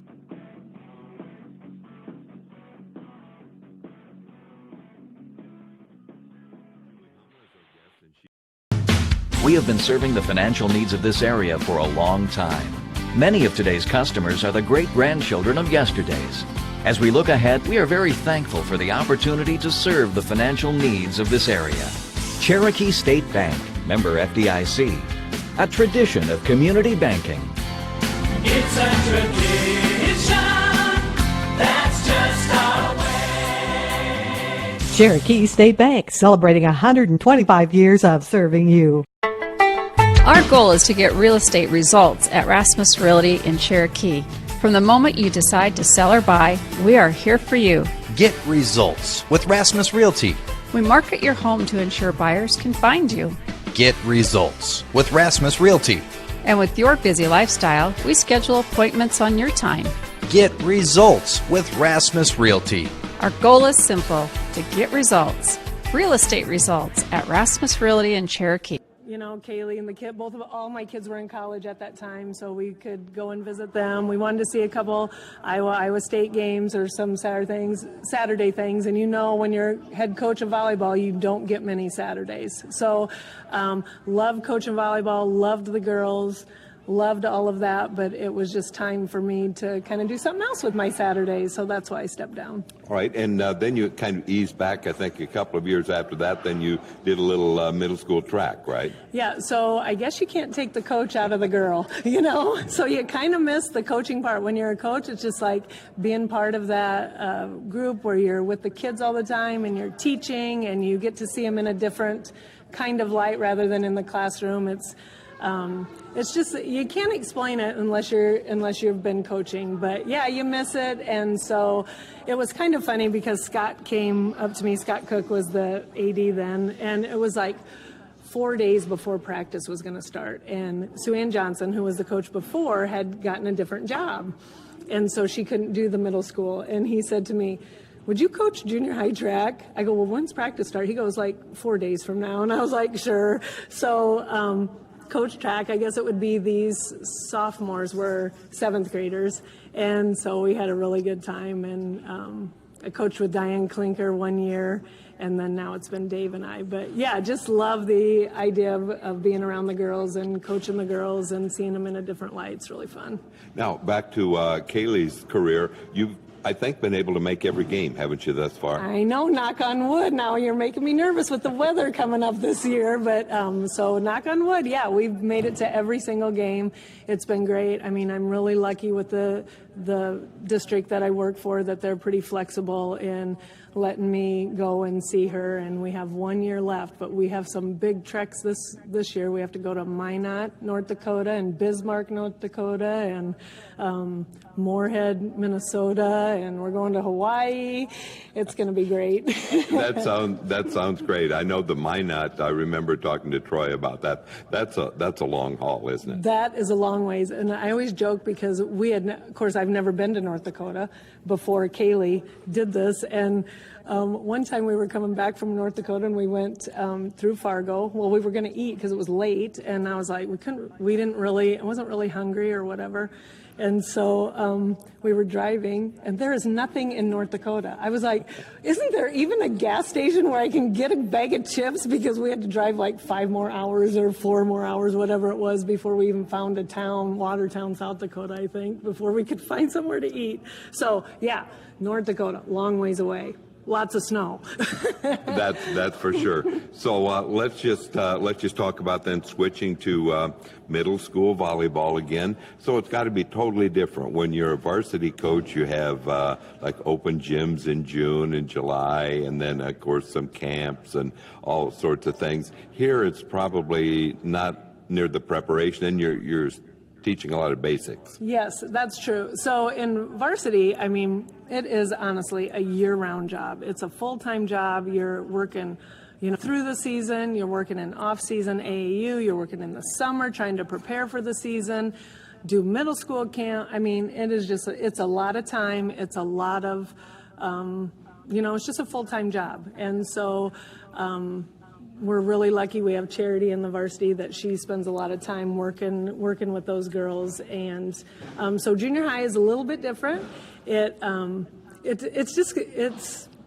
different. So I'm just so used to being, planning for a 2.5 hour practice, making sure that we're doing, all this kind of stuff. Well, now I have to go down to an hour and 15-minute practice. And then you have the different levels of teams. So before, you're in charge of all the teams, but you also delegate a little bit to the assistants for the different levels. And here you account for all the levels. And so it's just a little bit different. You work a lot on fundamentals.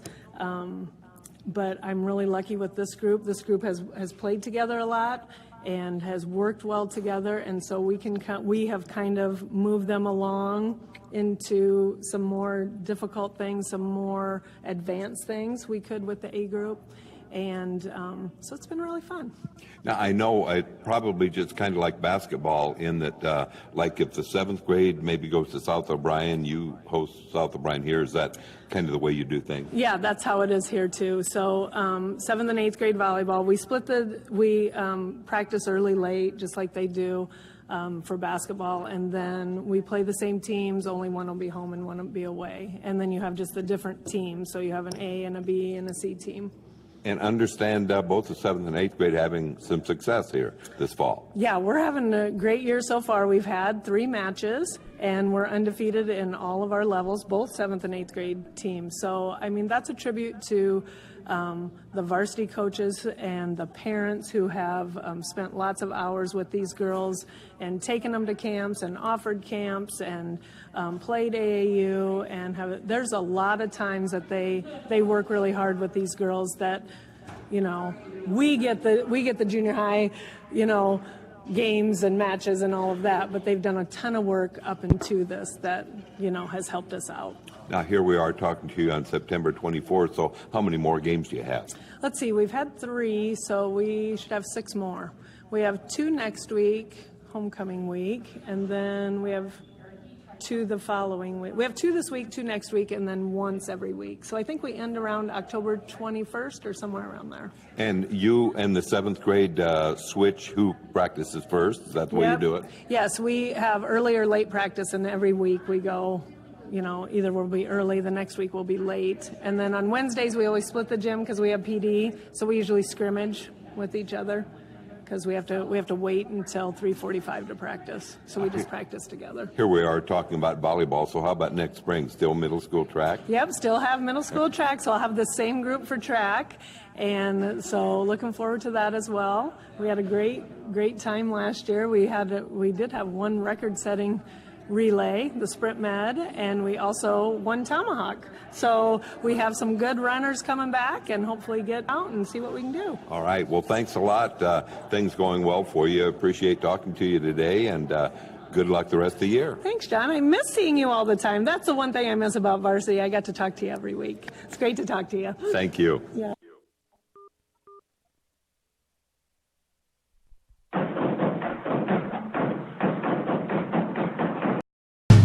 We have been serving the financial needs of this area for a long time. Many of today's customers are the great-grandchildren of yesterday's. As we look ahead, we are very thankful for the opportunity to serve the financial needs of this area. Cherokee State Bank, member FDIC, a tradition of community banking. It's a tradition that's just our way. Cherokee State Bank, celebrating 125 years of serving you. Our goal is to get real estate results at Rasmus Realty in Cherokee. From the moment you decide to sell or buy, we are here for you. Get results with Rasmus Realty. We market your home to ensure buyers can find you. Get results with Rasmus Realty. And with your busy lifestyle, we schedule appointments on your time. Get results with Rasmus Realty. Our goal is simple, to get results. Real estate results at Rasmus Realty in Cherokee. KCHE AM 1440, Keith Train here alongside John O'Connor. The Braves do lead 14-8 at half, but Missouri Valley has put together a couple nice drives, and they will get the ball to start half number 2. That's right. The Braves are ready to go here, and let's see. We're going to find out here in about 3 seconds whether or not they put 3 more minutes on the clock. See if they do that or not. Because Missouri Valley came out with about 2.5 minutes to go. They haven't put it on yet. And the Braves look like they're ready to go out. That's right, because the Braves came out there. The Braves were kind of a short halftime. They came out of the building. There's the 3 minutes. They put the 3 They're minutes. following the book. So we have 3 more minutes before we get going. So that means Cherokee will have about 7 minutes to warm up, and Missouri Valley will have about 5.5. So once again, thanks to our pregame sponsor tonight. That was Mongan Painting Company. All of our timeouts tonight brought to you by Noggin Water, Kennedy Chiropractic, our halftime adjustments. And after the game, John and I will pick a Rasmus Realty leader of the game. Going to be kind of a tough one to pick right now because it's kind of been a little bit of dose of everybody here so far. That's right. Nobody has particularly stood out over everybody else, so we'll see. We've got a couple minutes left on the clock here before we kick things off. We'll take one more 1-minute timeout, and we will be back with the second half here. That's up next on KCHE AM 1440. OMG, you have to tell me where you got that outfit. You won't believe this, but I found it right here in Cherokee at B's Uptown Boutique. Wow, that's awesome, but I bet it was expensive. It actually wasn't. Their prices are affordable, and want to hear the best part? They have great business wear for at work too, and I also just picked up some new workout clothes for when I go to the gym.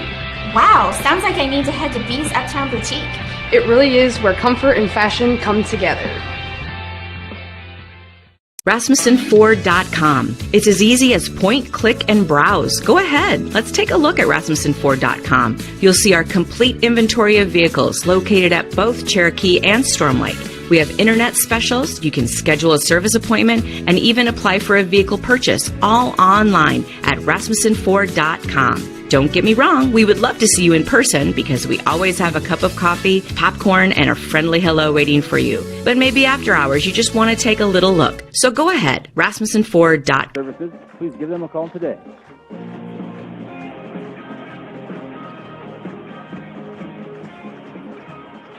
KCHE AM 1440, your home for the Cherokee Braves. We are just about a minute away from starting the second half. The Braves do lead here 14-8.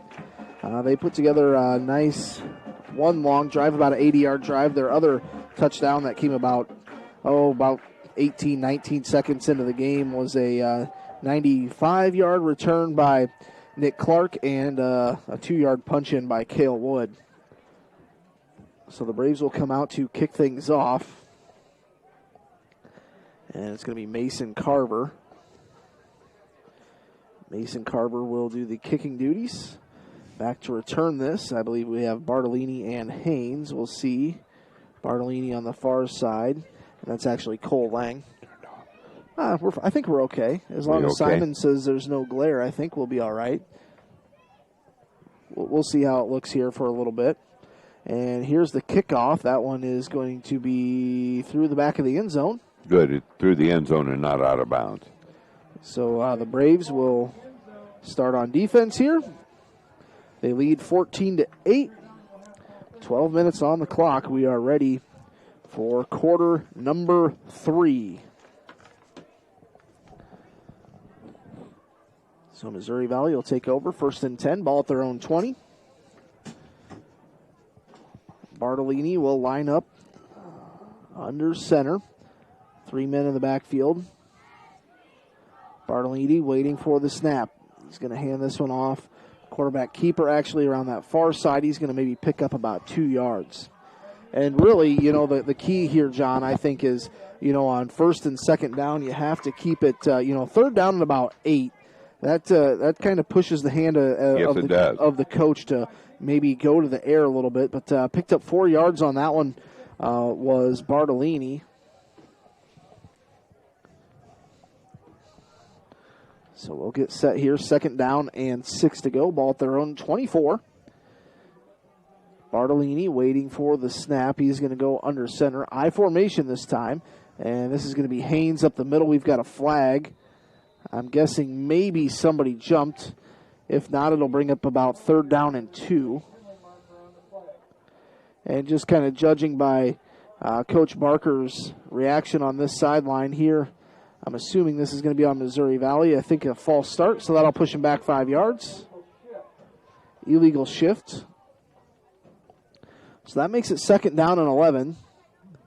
Pretty much any penalty on Missouri Valley here, John, is a pretty big deal because just keeps pushing them back. That's right. Makes second down and 6 to second down and 11. Bartolini going to line up. Quarterback shuffles out to Haynes, and he's tripped up back at the 16-yard line. I think Lundquist was in on that one, along with Cale Wood. And he actually lost a couple yards, so now, John, this is what you want. Third down and about 13. Really tough to call a run play with third. To see if Missouri Valley actually has a punter, because we haven't seen one yet. Yeah, that is true. Big third down here early in the third quarter, second half. Braves lead 14-8. Same formation, 3 men in the backfield, 1 receiver to the short side, close side of the field. Bartolini going to roll to the outside. Braves have to bring him down, and he's going to be close to a first down. I think he got it, John. He's out across the 30. The Braves missed some tackles there. Oh, they had a chance to bring him down. He picked up 13 yards. He needed third and 13, and you run the ball and you get the first down. Braves have to make some adjustments. New player running in the play here. And that's the thing that's the problem is these drives here by Missouri Valley take so long. It seems like it's been about 3 weeks since we've seen the Braves offense on the field. I formation again. Bartolini goes under center. He's going to hand this one to Lang up the middle. That pile's just going to fall forward, and he's going to get about 5-6 yards out across near the 35-yard line. Actually, close to the 37. And going to bring up second down and 4. That was a pickup of 6 yards. Pickup of 6 yards makes it second down and 4. 9:36 to go here, third quarter. Bartolini lines up, I formation, waiting for the snap. This is Haynes right up the gut, right down Main Street, and he's going to pick up about 3.5, maybe 4. Well, you're tempted to just say they did a good job on that one, and then it just moves about 3 yards. There's that secondary push. Yes. I think he's going to get 4 yards. That's going to be a first down. Boy, it sure looked like they were going to have him stopped. And you'd like to be able to say, it's easy. You just need to load up that defensive box, put about 80 or 11 players in that box, but you don't want to break anything to the outside. That's the tough thing that you have to defend with this. First down and 10, ball at the 41, their own 41. I formation again, 1 receiver to the wide side of the field. Quarterback pitch out to Haynes. He's going to run downhill. And I think he got about 2, maybe 3 yards on this one. We'll see who gets off the pile for the Cherokee Braves. Braves did a pretty good job on that one. That was Furman on the tackle there. 2 yards at the most. And I know Carson's dad, John, was up here to talk with the clock operator, not sure of his name, but he was John's coach, I think, in middle school when it was, what was it before it was MMC, just Clay, Meriden Claycorn, I think, were together. That sounds right. So, yeah, John was up here to visit his old coach. Second down and 8, 3 men in the backfield. Bartolini drops back to pass. He's rushed out of the pocket, throws to the outside, almost intercepted. Nice defensive play. Is that Nick Clark? I think that might have been Cale Wood. Actually, I think that was Braden Farber. All right, Braden Farber, good job. The easy way to tell Nick Clark is he's got the towel in the front of his. You're right. That's one thing to. No, that was a good job by Braden. He knocked it down. Yeah, he almost intercepted it. 3rd down and 9. 8:11 to go. 3 men in the backfield, same formation again. Bartolini under center. And this is going to be a quarterback keeper. He's going to fall forward and nowhere near the first down, but he picked up about 3 yards. Going to bring up 4th down and about 4. And Cherokee Brave player kind of hunched over a little bit. See who that is. Carson Mongan. Actually, no, that's number 18 for the Braves. That's Cole Timmerman. May have had the wind knocked out of him. So here you go, to 4th down. This is risky for them in their own territory. 4th down and 4, ball at the 46. And it's going to be a quarterback bootleg. They pitch it out. Can they wrap him up? No, he stays on his feet, and he's across midfield out to about the 42. Boy, missed tackle. Man, the Braves had a chance to wrap him up and bring him down. He's one of those players, you could call him a horse. His number's 27. He's a senior. He weighs 210 pounds. You know, John, last year I think he rushed for about 198 yards against the Braves. Picks up the first down there. Ball out to the 43-yard line. I'm sure defensive coach Mike Nixon is just saying, you guys need to wrap up. Wrap up, slow them down, don't let go, and wait for help to get there. Braves just about jumped off sides there on the defensive side. Bartolini, going to be a quarterback keeper, runs up the middle, and he's going to be stopped after a gain of about 2. We'll let you know who gets off the pile there for the Braves. Big man in the middle. Number 77 for the Braves on the tackle there. That was Curtis Riedemann. And Curtis did a good job. I thought maybe he was going to bring him down by his face mask, but just kind of had his hands high on those shoulder pads. Got to be careful with that. But he did a good job. 2nd down and 8. 7:18 to go here in the 3rd quarter. Braves still lead 14-8. Bartolini going to line up pistol formation. Sends a man in motion as Lang. Waiting for the snap, Bartolini. And this is going to be a straight handoff to Haynes. He's going to have enough for a first down. Across to the 31-yard line. Picked up 10 yards. They mark it down to about the 30. Trevor Lundquist on the tackle. John, that's you line up in that pistol formation. It's almost not fair as Haynes gets almost a running start to kind of run right at you. We don't keep track of it, but a conservative estimate would be time of possession at least 2-1. Missouri Valley. Easily. And Missouri Valley going to line up pistol, see if they run that same formation. Lang goes in motion from right to left. And yes, Haynes running through the left side of the line. Ball came out. I think the Braves have it. No. Yes. Yeah, the Braves have it. They do. You're right. You're right. Haynes came back, and I thought he got it. Is that Carson Mongan? That was Carson Mongan on the fumble recovery. Oh, good for him. That was a huge play. Big break. All right. Now let's see if the Braves can have a nice sustained drive like they had late in the 2nd quarter. I agree. So the Braves will take over, ball at their own 30, so not terrible starting field position. See if they come out slinging or running here. See if that's Cale Wood in the backfield. And it is. Paulsrud going to go under center. Waiting for the snap. Going to hand this off to Wood. Gives a stiff arm. Stays on his feet. Got back maybe to the line of scrimmage. Maybe lost a yard on that wide side of the field. You could kind of tell there wasn't much there. He did about as well as he could.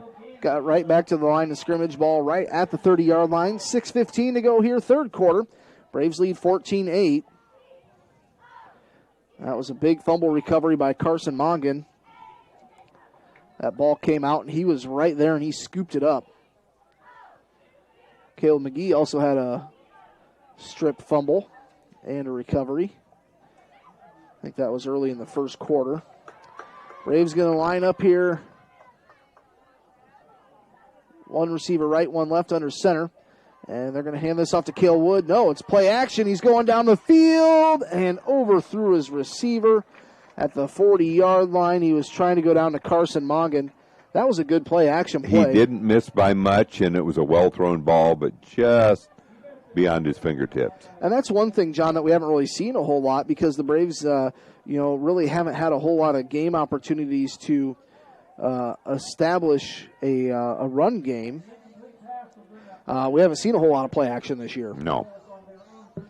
So 3rd down and 10, 5:41 to go. Braves going to line up. Now they're going to go 4 wide, 2 right, 2 left. On this close side, we've got Lundquist and Hurd. Clark and Mongan on the other side. Paulsrud waiting for the snap, gets the snap. Pressure from the outside, has to get rid of it over the middle. Snagged by Lundquist. He's going to have a first down. He's across midfield, actually right to midfield to the 15-yard line, or the 50-yard line. That was a pickup of 20. Nice reception on the screen pass. And it looks like, because he had a lot of, Alex had a lot of pressure, so dumping it off right there, and then the nice speed of Trevor Lundquist. And Trevor is down on the ground, but he's getting stretched out right now by Jody. Looks like that right calf muscle. You can kind of tell if you've ever had a Charlie horse in your calf, is not fun. Not fun. And Jody's kind of working and tweaking on that foot a little bit to try and get that thing to pop loose. And I can see it through the binoculars here. His legs tensed up pretty good. I don't mean to be laughing at Trevor, but just kind of the body language is like, I just want this thing to go away. We've got 5:33 to go here in the third quarter. Braves just picked up a big first down there. Ball's going to be marked at the 49. And on the play right now, it's Trevor Lundquist is on the field. He's right at the 50-yard line trying to get his right leg to loosen up a little bit. Braves lead 14-8. And the referee's going to drag Trevor off the field. Still kind of trying to stretch it out.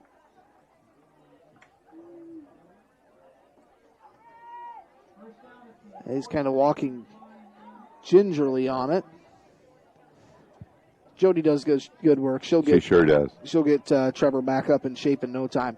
Braves first down and 10. Ball at the 49-yard line in Big Red territory. Paulsrud waiting for the snap. Drops back to pass. Plenty of time. Throws to the outside. And I think that was trapped by Colton Waltman.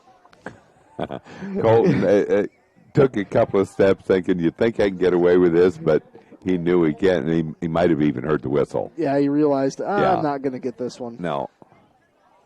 There's no instant replay that we know of, but and his back was to us, so we couldn't tell for sure. But just kind of the way the ball was thrown. Yeah. Second down and 10, ball at the 49. 2 receivers left, 2 right. Hurd is the closest one to us. Cale Wood in the backfield. And this is a quarterback keeper. Paulsrud goes down. He's sacked for a loss.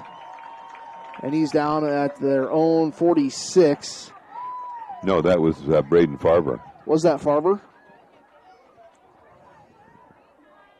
So drop for a loss. So the Braves will line up.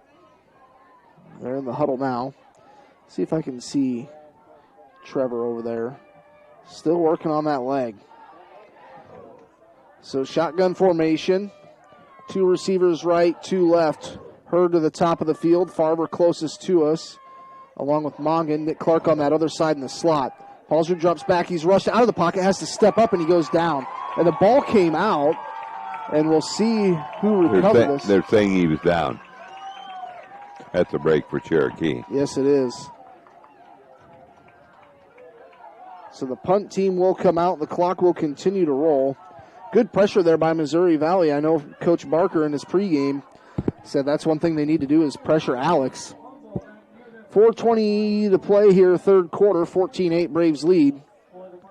Man, after that, it just seems like they haven't had the ball very much to get a chance to get in a rhythm on offense at all. No, that one time, late in the second quarter, they were able to have a nice drive. That's really the only one.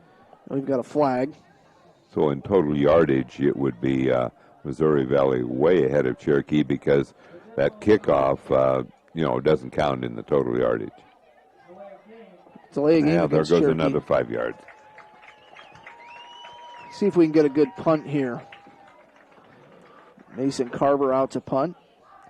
And, John, we're in the middle of football season, but you feel like Mason Carver can be like one of those kids that's going to be hopefully able to contribute varsity basketball this upcoming season. He'll stand at his own 20. Good snap. Here's a punt. Good Oh, nice punt. That thing's going to bounce. Ooh. Oh, that thing went out at the 2-yard line, John. That was a beautiful, beautiful punt. Talk about flipping the field. Pat McAfee would say, for the brand. Right. John kind of had this look in his eyes because Pat McAfee has been known to use some colorful language. Colorful language. He is kind of fun to listen to. So, yeah, 1st and 10, ball at their own. Looks like they marked it at the 3-yard line. They are stuffed way back in there, John.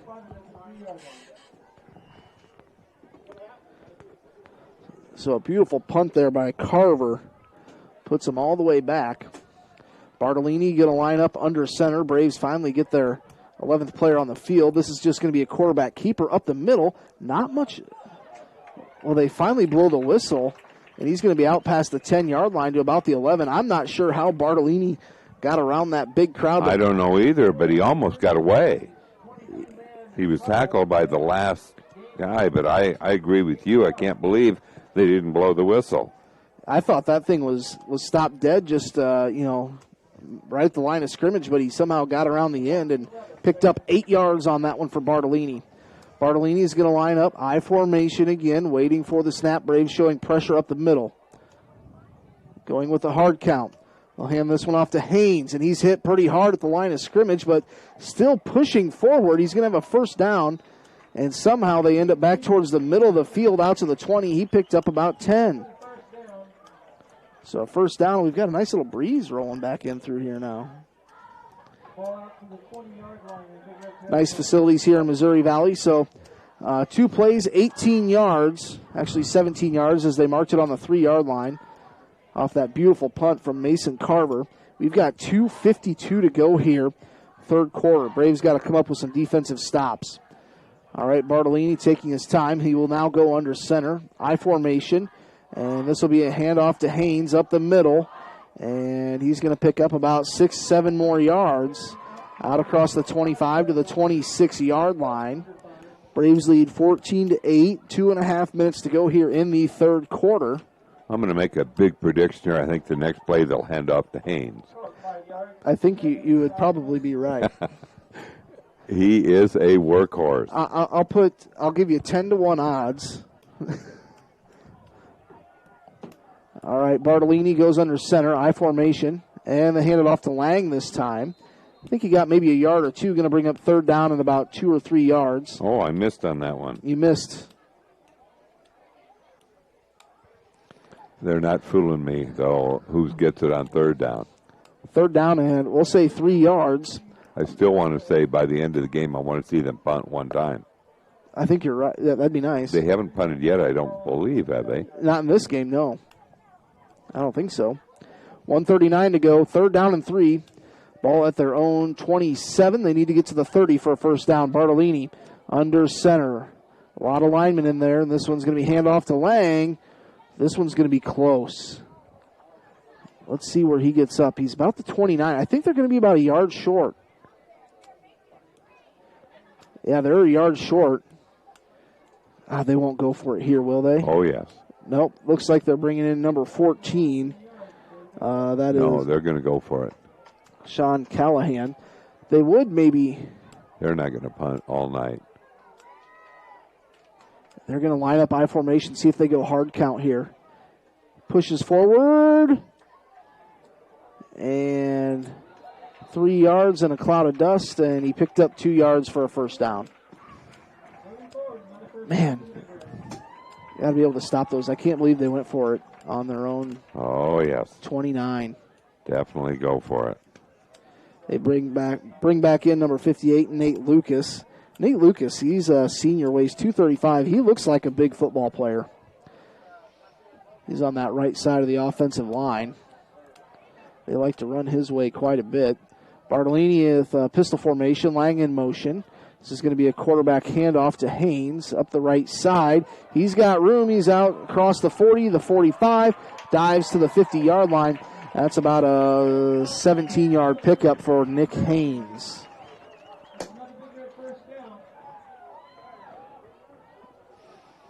Actually into Cherokee territory at the 49. John, you said we wouldn't see any. Well, initially you said you called this the train game, but we're at a new facility since the last time you're here. But I would say we're seeing the Haynes Express tonight. Well, that's a good one. Yes, we are. And we kind of knew that coming in. 18 seconds left, 3 men in the backfield. Bartolini, quarterback keeper, bootleg right side, now cuts up the middle, and he's going to pick up about 6-7 yards. And the Braves got to do something to slow this down. That's going to be the end of the third quarter. 14-8, Missouri Valley leads. We'll step aside. We'll be back in 60 seconds with more Cherokee Braves football. Costly dental coverage and paying out of pocket are a thing of the past. At Ryder Family Dentistry, we now offer dental membership plans starting at just $14 a month for children. With this, you receive cleanings, exams, and routine x-rays plus discounts if procedures are needed. Don't pay a dime out of pocket for preventative care. We've got you covered with dental membership plans at Ryder Family Dentistry in Cherokee, your whole health family dental practice. Here for you so you can be you at Kiva Boutique in downtown Cherokee. Before the weekend hits, hit Kiva Boutique in downtown Cherokee. A night out with the girls, a formal event with friends, a family function, or a working weekend. For each of your life's occasions, there is an outfit for you at Kiva Boutique. Style, selection, and service. Here for you so you can be you at Kiva Boutique in downtown Cherokee. $500 scholarship last year. I'm Lily Anderson, encouraging you to support these businesses to support the Cherokee Braves. KCHE AM 1440. To the fourth quarter we go. John, 14-8, Braves lead, but tell you what, this offense of Missouri Valley, tough to slow down. It really is, and again, you've got to get another stop. Every time you have to do it, you have to stop for 4 downs, and that's hard, especially when they, at the line of scrimmage, get a little bit of push and get it to Haynes a lot. Here's a second down and 2. Bartolini goes under center. Quarterback keeper up the middle, and he's got it. Got 3 yards. Down to about the 38, 39-yard line. First down.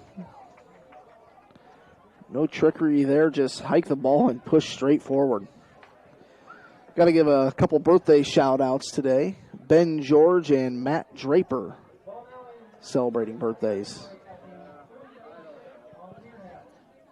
Ben George was a pretty good football player back in the day for Cherokee, I think. In Cherokee, I remember seeing his, I think he made all-district or all-conference in football. First down and 10. Here's the Haynes Express up the middle, down across the 40 to the 39-yard line. Going to pick up about 5 yards. Let's see if they mark it 4 or 5. That'll be 4 yards for Nick Haynes. Caleb McGee on the tackle. Braves will rotate in a new offensive lineman. That's Patrick Paulsrud coming out there now. Not sure if Matt Draper played football or not. But either way, happy birthday to Matt Draper and Ben George. Second down and 6. Missouri Valley inside the 40 to the 39-yard line now. Bartolini going to line up under center. 3 men in the backfield. This one's going to be a handoff to Haynes. Up the middle, now bounces to the outside, falls forward. He won't have enough for a first down, but he's out to about the 31-yard line. Going to bring up third down and about 3 here for Missouri Valley. 10 minutes and 45 seconds to go in the ball game. John, it just seems like the Braves have had the ball about 3 times all night. No question. Time of possession at least 3-1 probably, or 4-1. I would say easily. All right, third down and 3 yards. Bartolini, 3 men in the backfield. And he's going to hand this. No, it's a pitch out to Haynes. Makes a cut, and he's going to be dropped for a loss back at the 35-yard line. That was a good defensive play there. See who gets off the pile. for the brings Braves. up a fourth down. Let's see what'll happen. That was Cale Wood. And now Jody's going to come over and work on Cale's calf. Officials timeout for Cale. We won't take a timeout here, but our timeout's brought to you by Noggin Water. You can see that right calf muscle of Cale Wood just tensed up. Usually about this time of year the muscle cramps go away, but I wouldn't say it's warm. I think tonight is about perfect football weather. 14-8, 9:56 to go. Braves lead. Fourth down at about 6. John, this is a big play here. This is it, the biggest play of the game so far. Still 10:03 to go, but still. Braves just need to get a stop here and then get a little bit of a drive going. At least to improve their field position, at least knock off a few first downs. But first things first, try to get a stop here. In the middle of that line for the Braves, number 68, Caleb McGee. See if the Braves can prove that loss on third down has really helped them. Here's 4th and 5, split the chains, and Bartolini's going to roll out to pass. Protection downfield, throws to his receiver, overthrew him. Braves held. Actually kind of underthrew him by a few yards. If he would have been able to hit that receiver, he probably would have been able to about walk in for a touchdown. So now the Braves will have first down and 10, ball at their own. Let's see where they mark. Is it the 32-yard line, it looks like? Yes. 32, tip of the ball right at the 32-yard line. Be nice if the Braves could get maybe a couple rushing first downs here. 9:39 to go here. Fourth quarter, Braves lead 14-8. You'd feel pretty good if the Braves can add another score, because pretty much whatever Missouri Valley does, I don't want to jinx it, but it takes a lot of time. Braves 3 receivers left, got to get the play off, and this is going to be a handoff to Lundquist up the right side, and he's going to pick up about 2-3 yards. 2 or 3 yards for Trevor Lundquist. Getting off the pile, number 61, that's John Johnson, 190-pound senior for Missouri Valley. Missouri Valley, the Big Reds, is their mascot. They've got a nice big spearhead on the 50-yard line. Braves going to line up 3 receivers left. Paulsrud sends Cale Wood to his left side now. Actually, that's Lundquist. Paulsrud going to pitch this out to Lundquist. He's got a little bit of an edge. He's out across the 40, and they're going to mark him down at the 44. That is about... Boy, close to a first down. I think he got it by about a half a yard, John. He got it. First down for the Braves. That'll keep the clock rolling as well. That was big. 8:50 to play. That was a nice 8-yard run by Trevor Lundquist. So the Braves get a first down here. And the Braves kind of playing the clock a little bit themselves here. Play clock is at 10 seconds as the linemen get set. Paulsrud going to go shotgun formation. 3 receivers right, 1 left. Paulsrud in shotgun. Waits for the snap, gets a low snap. Throws it to the outside, and Nick Clark. It hit you right in the hands. And and he was thinking about running before he secured the ball. That's too bad. And there was nobody around him either. He would have had at least a first down. Kind of right in the middle of the field. And it stops the clock. 8:21 to go. Braves lead 14-8. Brings up second down and 10. Ball is at the 44. And initially there was a flag, but they wave it off.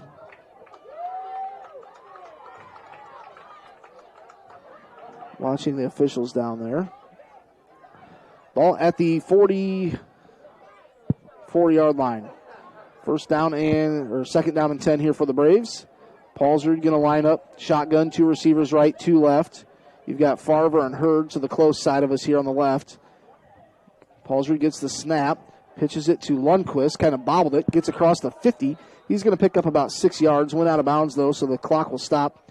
Actually, we'll give him 7 on that as he crossed midfield out to the 49. that play has worked pretty well. Didn't quite get the first down. I mean, he's got 2 or 3 yards to go, but and typically, did a John, good job. I think a sweep like that is something you typically run to the wide side of the field, but they've been doing a good job. Right, and that was part of it. He kind of ran out of any space. He was just run out of bounds. 3rd down and 3. Paulsrud going to wait for the snap in shotgun. 3 receivers right, 1 left. Hurd is the lone receiver on the left. And this is going to be a quarterback pitch out. Pitch it to Lundquist. It's fumbled, and he's going to be dropped for a loss. Actually, it's going the other way. That's going to be a Missouri Valley touchdown. Dang it. On the fumble recovery, that was Bartolini.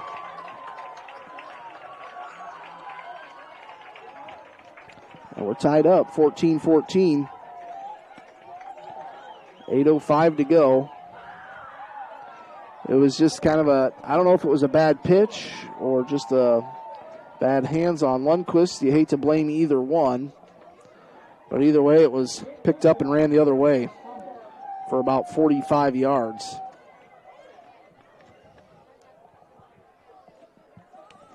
See if they go for 2.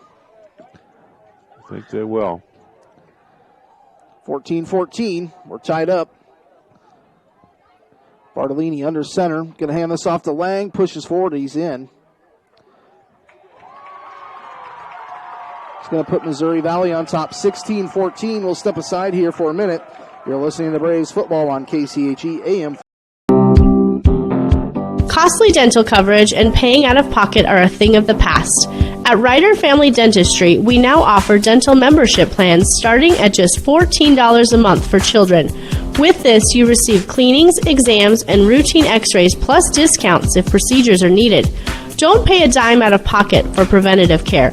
We've got you covered with dental membership plans at Ryder Family Dentistry in Cherokee, your whole health family dental practice.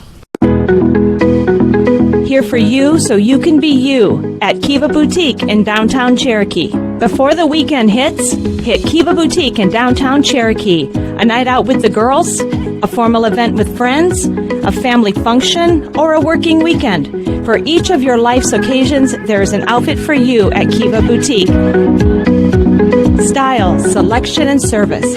Here for you so you can be you at Kiva Boutique in downtown Cherokee.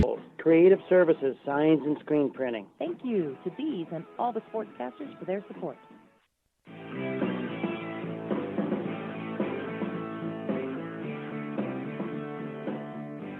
Welcome back to Missouri Valley. Missouri Valley just took their first lead of the game, 16-14, 8:05 to go. John, the bad news is the Braves are trailing. The good news is there's plenty of football left to be played here. Here's a kick picked up by Clark. Kind of fumbled. He's back to the 2-yard line. He's out across the 10, now the 15, now the 20, down across to the 25. Good return there by Nick Clark out to about the 26-yard line. Pretty good job considering that's right. He didn't get it until it was on the 2-yard line. Didn't really field it cleanly at all. So the Braves will have 1st and 10, ball at their own 26. John, ball security is the number one priority here. Braves need a big play to Ryan Hurd. 1st and 10 for the Braves. They're going to go empty backfield. Nope, Cale Wood going to run in here. I believe that's Cale Wood back there. Might be Lundquist. 2 receivers right, 2 left. Paulsrud in shotgun, waiting for the snap. He'll get the ball at the 20-yard line. Drops back. Has time. Bounces to the outside. Has a receiver. And that's going to be a pickup of about 7 yards. See, was that maybe Carson Mongan over there? No, that was Nick Clark on that one. 2nd down and 5 yards. 2nd down and 4. Pick up a 6. Shotgun again for the Braves. 2 receivers left, 2 right. Paulsrud hands this one off, and Lundquist is just leveled in the backfield. Actually, that was Wood. So he went 5 yards forward, about 4 yards back. Going to bring up 3rd down. 3rd down and 8. 7:34. This is a must convert here for the Braves. 3rd down and 8. 2 receivers left, 2 right. Paulsrud in shotgun, waiting for the snap on 3rd and 8. Braves trail by 2 points. Drops back, has time, throws to the outside, has a receiver. It's Farver. He's wide open, and that's a big first down into the 45-yard line. That was a pickup of about 14. Actually, they mark it at the 44. John, that was it was big on 3rd down, absolutely. Nice hands by Farver to look that one in and catch it before turning up the field. And well thrown, absolutely.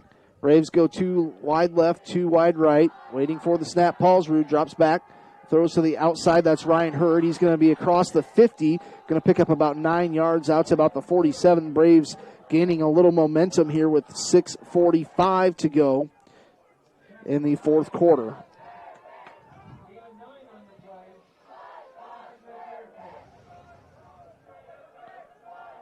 And Paulsrud going to line up under center, falls forward, and he pulls the Tom Brady and gets a first down. Yeah, he does a pretty good job of that, and I think he saw that there wasn't much right up the middle, and that picked up a nice first down. Ball at the 44-yard line, got just enough. Braves going to line up here. You got Clark in the slot on the far side, then Carson Mongan. 2 receivers left is Hurd and Farver. And he's going to the read him like a book. That's going to be a pick 6 going the other way. Paulsrud didn't look anywhere else.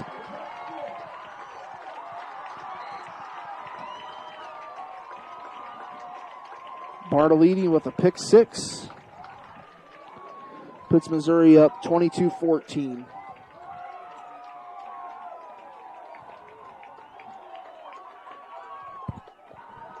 Just terrible.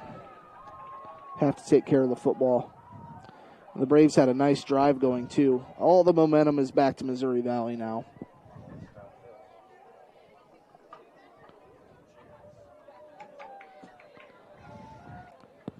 So, we're going to have a timeout. We'll step aside, be back in a minute. KCHE. Can we build for you? At Holstein Fabrication, we have state-of-the-art equipment and world-class Midwestern work ethic to design, fabricate, and produce metal parts, weld metals, and produce products in a timely manner. We specialize in laser cutting stainless steel sheet, plate, and now with a 3-dimensional laser table, we can work with square and round tube, punch holes, and bend with extreme accuracy. What can we build for you? Visit us today and let's find out at Holstein Manufacturing, a division of Holstein Fabrication. With fall comes the start of football, volleyball, and cross country. Hi, I'm Dr. Kayla Ludvigson, and with a Bachelor's of Science degree from the University of Iowa in athletic training, I especially love to treat and help prevent sports-related injuries. Adjustments help your body function at its best. This means recovery from long practices, hard hits on a Friday night, or sore shoulders from swinging hard, or ankles and knees from running those extra miles can all be dealt with easier by your body. Kinesiotaping is also available. Sportscaster Club members. More than 90 Cherokee Braves athletic events are broadcast each year. I'm Tony Gunter, head football coach, saying thank you. KCHE AM 1440, the quick play there. The snap was fumbled by Bartolini, and he fell right down. So the Braves stop him. John, the game not over yet. It's an 8-point lead for Missouri Valley. John, what can the Braves do to change this thing around? Just have another drive. They started that one, got to midfield, but just need to complete it. And that is the big stop there with a 2-point conversion. Keeps Cherokee within 1 score if they get the 2-point PAT to tie it. So the Braves will be receiving the kickoff.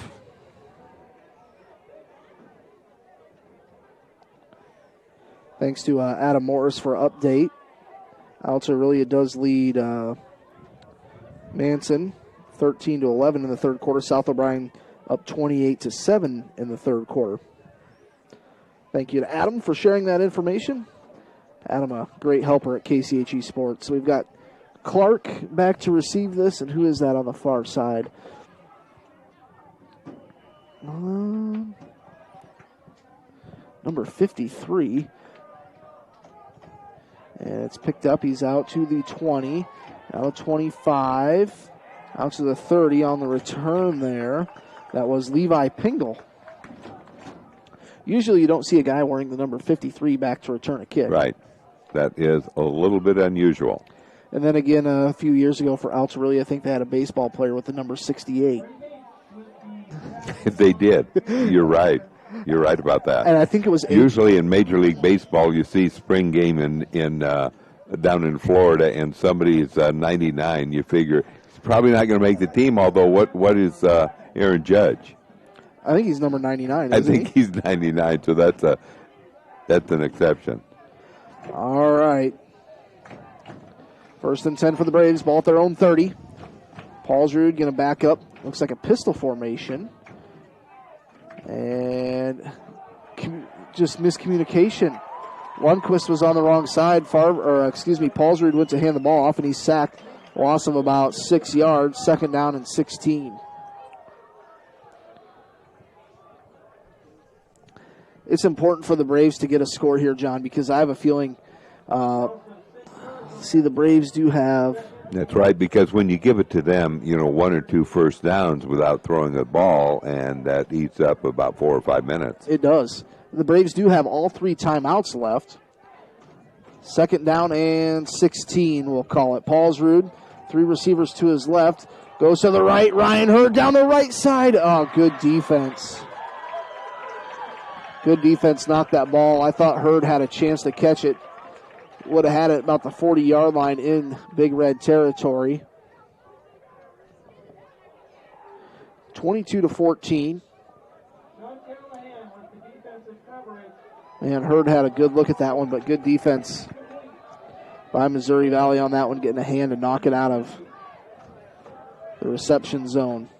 3 receivers left to the wide side, 1 right. Ryan Hurd is to the top side. Paulsrud in shotgun, waiting for the snap. Drops back, rushed out of the pocket, throws, has a receiver, and he's going to pick up about 10 yards. Going to make it 4th down and about 5 or 6. See where they mark it. John, do you roll the dice here if you're the Braves and just go for it? I think you almost have to. I agree. I think you have to. 4th down and about 4. That was about a 12-yard pickup.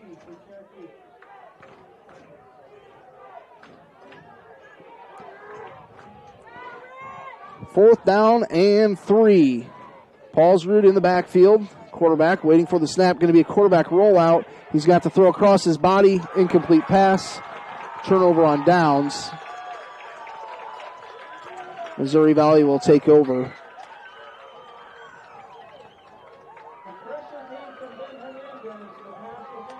Missouri Valley can pretty much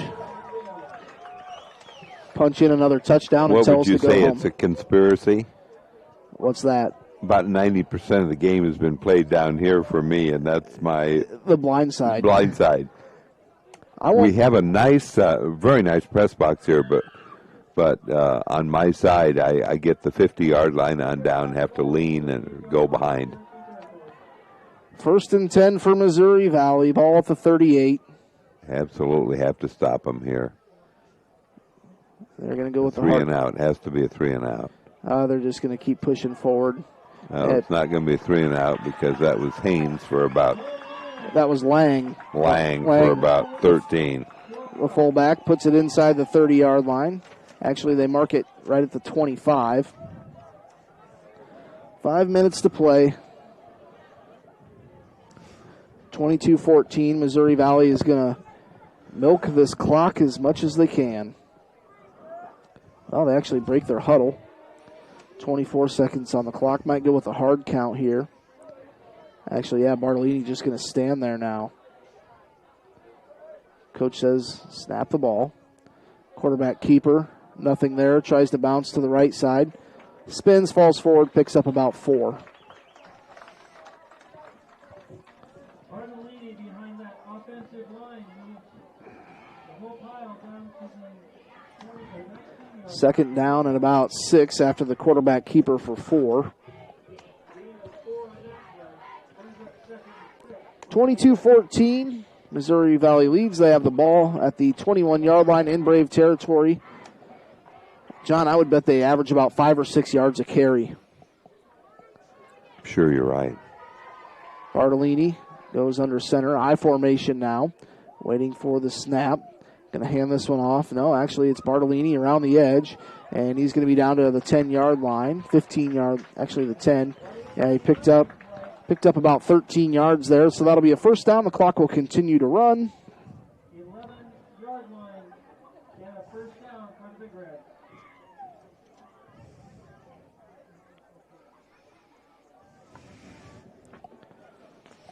Shout out to Chase listening. Some might know him as Chip. First down and 10. Ball's actually at the 11-yard line. 3:24 to go here. Missouri Valley will line up under center. They'll hand this off to the Haynes Express. He'll run it up the gut down to about the 6-yard line. Picked up about 4 or 5 on that play.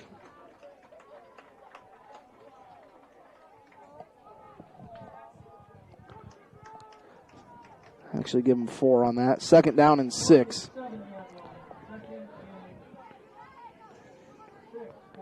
.255. John, I don't think there's any way the Braves can get back in this. Just the way that Missouri Valley runs. Not unless they stop them here. Second down and 6. 26 rushes for Haynes. I formation. Lang falls forward. Down to about the 4-yard line. Picked up another 3. Going to bring up third down and about 2. So they've got 2 plays to try and punch it in from about the 4-yard line. We're going to have a timeout. Cherokee Braves will be back in 60 seconds. You're listening to the Cherokee Braves on your Braves leader, KCHE AM 1440. Can we build for you? At Holstein Fabrication, we have state-of-the-art equipment and world-class Midwestern work ethic to design, fabricate, and produce metal parts, weld metals, and produce products in a timely manner. We specialize in laser cutting stainless steel sheet, plate, and now with a 3-dimensional laser table, we can work with square and round tube, punch holes, and bend with extreme accuracy. What can we build for you? Visit us today and let's find out at Holstein Manufacturing, a division of Holstein Fabrication. With fall comes the start of football, volleyball, and cross country. Hi, I'm Dr. Kayla Ludvigson, and with a Bachelor's of Science degree from the University of Iowa in athletic training, I especially love to treat and help prevent sports-related injuries. Adjustments help your body function at its best. This means recovery from long practices, hard hits on a Friday night, or sore shoulders from swinging hard, or ankles and knees from running those extra miles can all be dealt with easier by your body. Kinesiotaping is also available. Come see me, Dr. Kayla Ludvigson, at Ludvigson Chiropractic, 225-6198. For relief from sports-related injuries. 1953. Thank you to these and all the sportscasters for their support. Haynes from the 4-yard line picked up 3, so he actually got a first down, which if you're Missouri Valley, you won't complain about that. It'll take some more time off the clock. First and goal, ball at the 1-yard line. Bartolini with the quarterback keeper. Touchdown. I think is Bartolini. I think he scored. He had the scoop and score with the fumble. He's had the last 3 touchdowns. And then he had the pick 6, and then he just has a QB all sneak. in the fourth quarter. Puts Missouri Valley up 28-14. That's pretty much going to do it. We've got 2:04 left to go. Braves only have 2 timeouts left. There's just not enough time on the clock. I don't think it's possible. They're going to go for 2 here. Bartolini, he's going to hand this one off to Lang. Right up the middle. Do you think I could maybe go down and call defensive plays? Because I know exactly what they're going to do. Makes it 28-14. Just like that, Missouri Valley's doubled up on the Braves back in 60 seconds. I'm Cherokee. For over 100 years, Cherokee Regional Medical Center has been providing high-quality medical services in the heart of Northwest Iowa. Our modern facilities and state-of-the-art technology provide the professional medical services our patients deserve with the convenience of staying close to home. We know that everyone's healthcare needs are unique. We take pride in treating your individual needs in a personal manner you can trust. You have many choices in healthcare. Choose someone who truly cares about you. Cherokee Regional Medical Center. Professional care made personal. Since the 1920s, the Boothby family has been serving the people of the Cherokee area. Our name is synonymous with professionalism, caring, compassion, and understanding.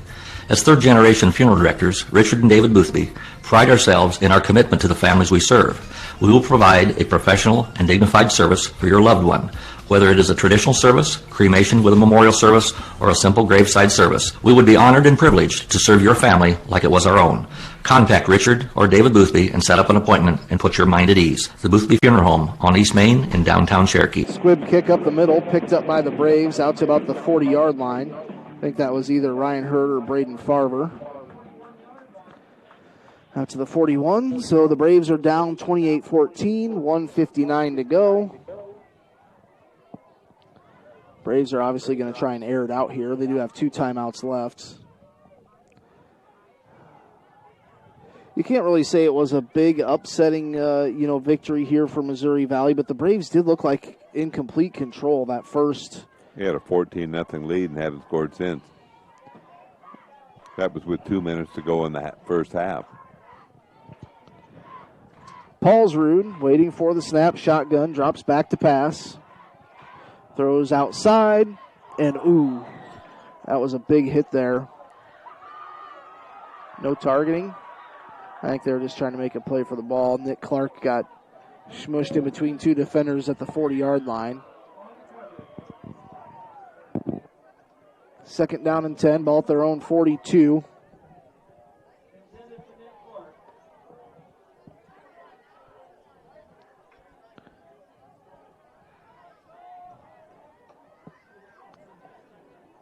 Second down and 10, 1:54 to go.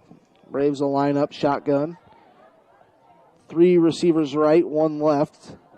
I think that's Farber on her. Actually, that might be Hurd on the close side. Quarterback rolls out. Going to pick up about 6 yards on the reception there. I think that was Clark. Clark might be down. Actually, that was Trevor Lundquist.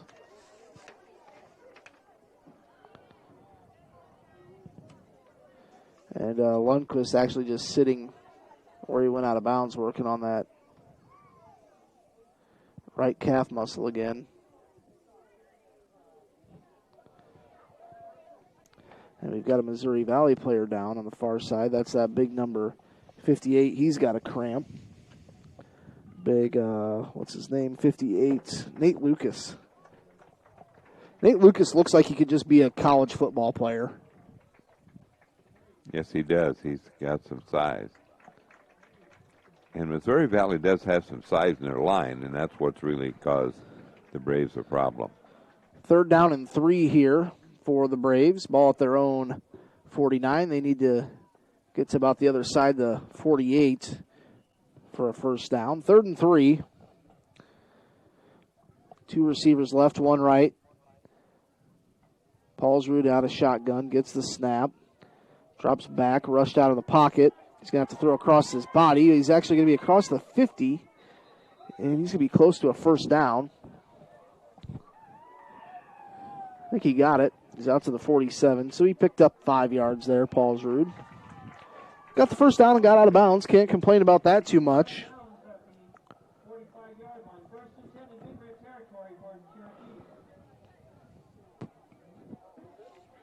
See where they mark it. I think they're going to mark it at the 46.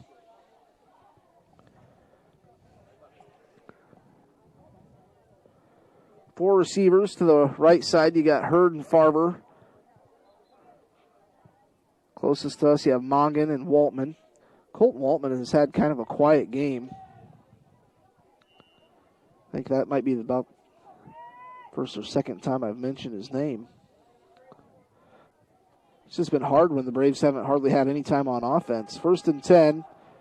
Here's a little dump pass to Wood at the 40-yard line. And he kind of got stuck up.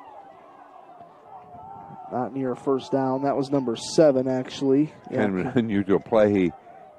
He ended up with kind of on the top of his helmet, kind of upside down, and he did drop the ball, but he had been down. The officials have been pretty consistent with that. There have been several they've said down when they are down.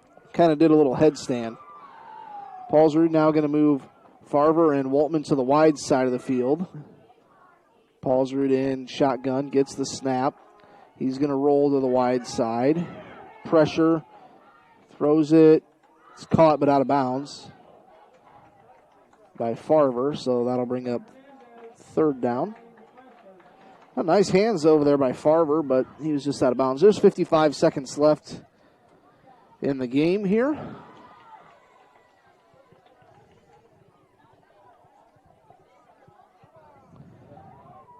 Is this second or third down? Yeah, third down. The chain gang on that far side is...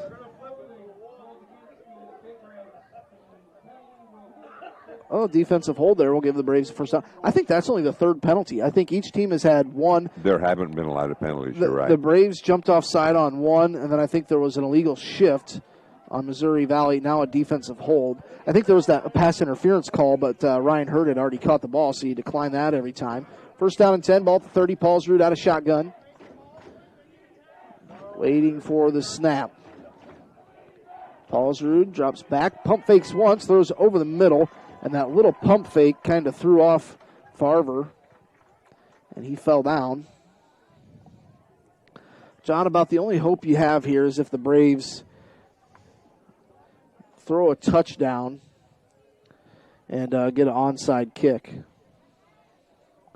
That's about it. And get all their extra points. Yes. Second down and 10. Braves trail 30-14 here.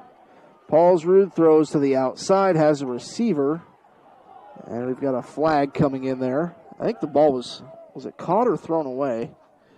The play was down to about the 14. I think it was incomplete. We'll probably have a pass interference here. We'll see.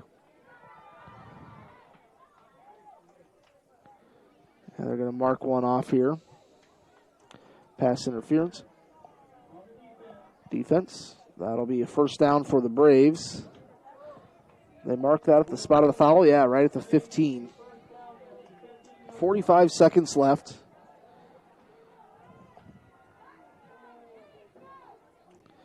Paulsrud with the receiver to the left, two to the right, the short side of the field.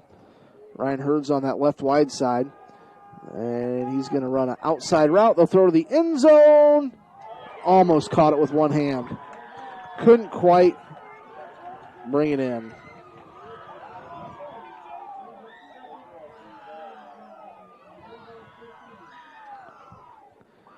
(30-14) in favor of Missouri Valley. 39 seconds left in this game.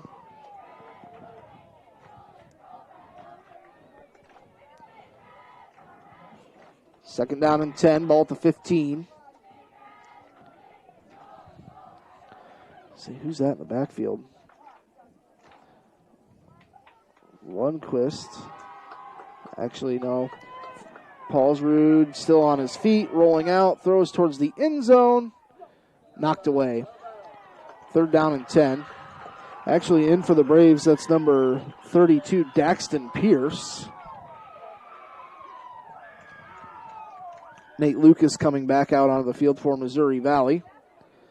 So third down and 10, 30 seconds left. That pass play actually took 9 seconds off the clock. I know.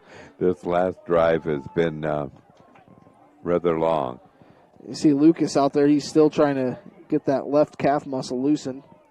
So you've got Pierce back there with Paulsrud, three receivers to the right, one to the left. Paulsrud, the Braves jumped. See, who was that on the far side? That was Lundquist.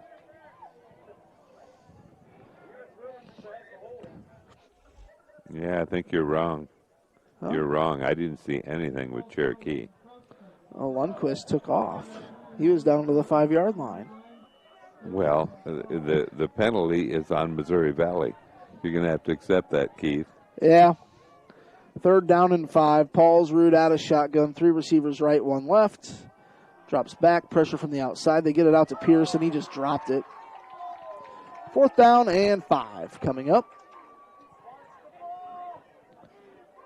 Not sure if Pierce would have been able to do much there. There was a couple defenders right there. Fourth down and 5.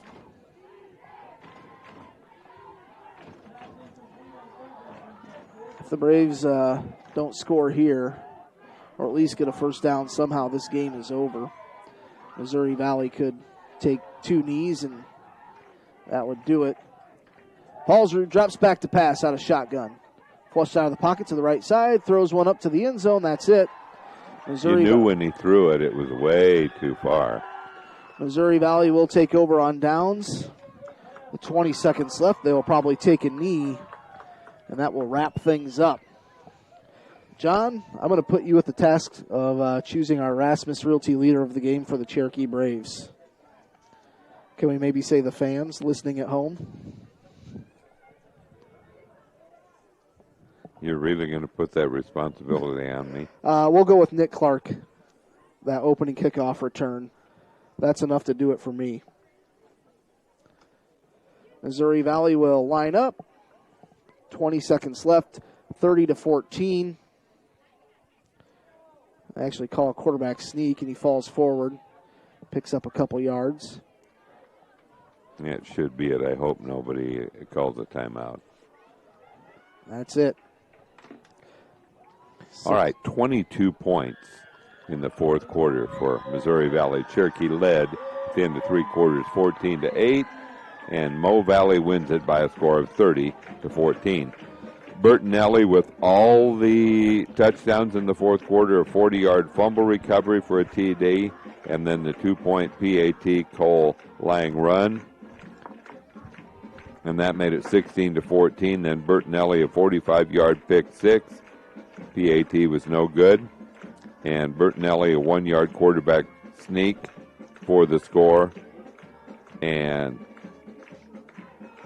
2-point conversion with Lang, good. 30-14 is the final score in favor of Missouri Valley. So the Braves fall to 1-4 on the year. Will be home for homecoming next Friday night as they take on East Sac.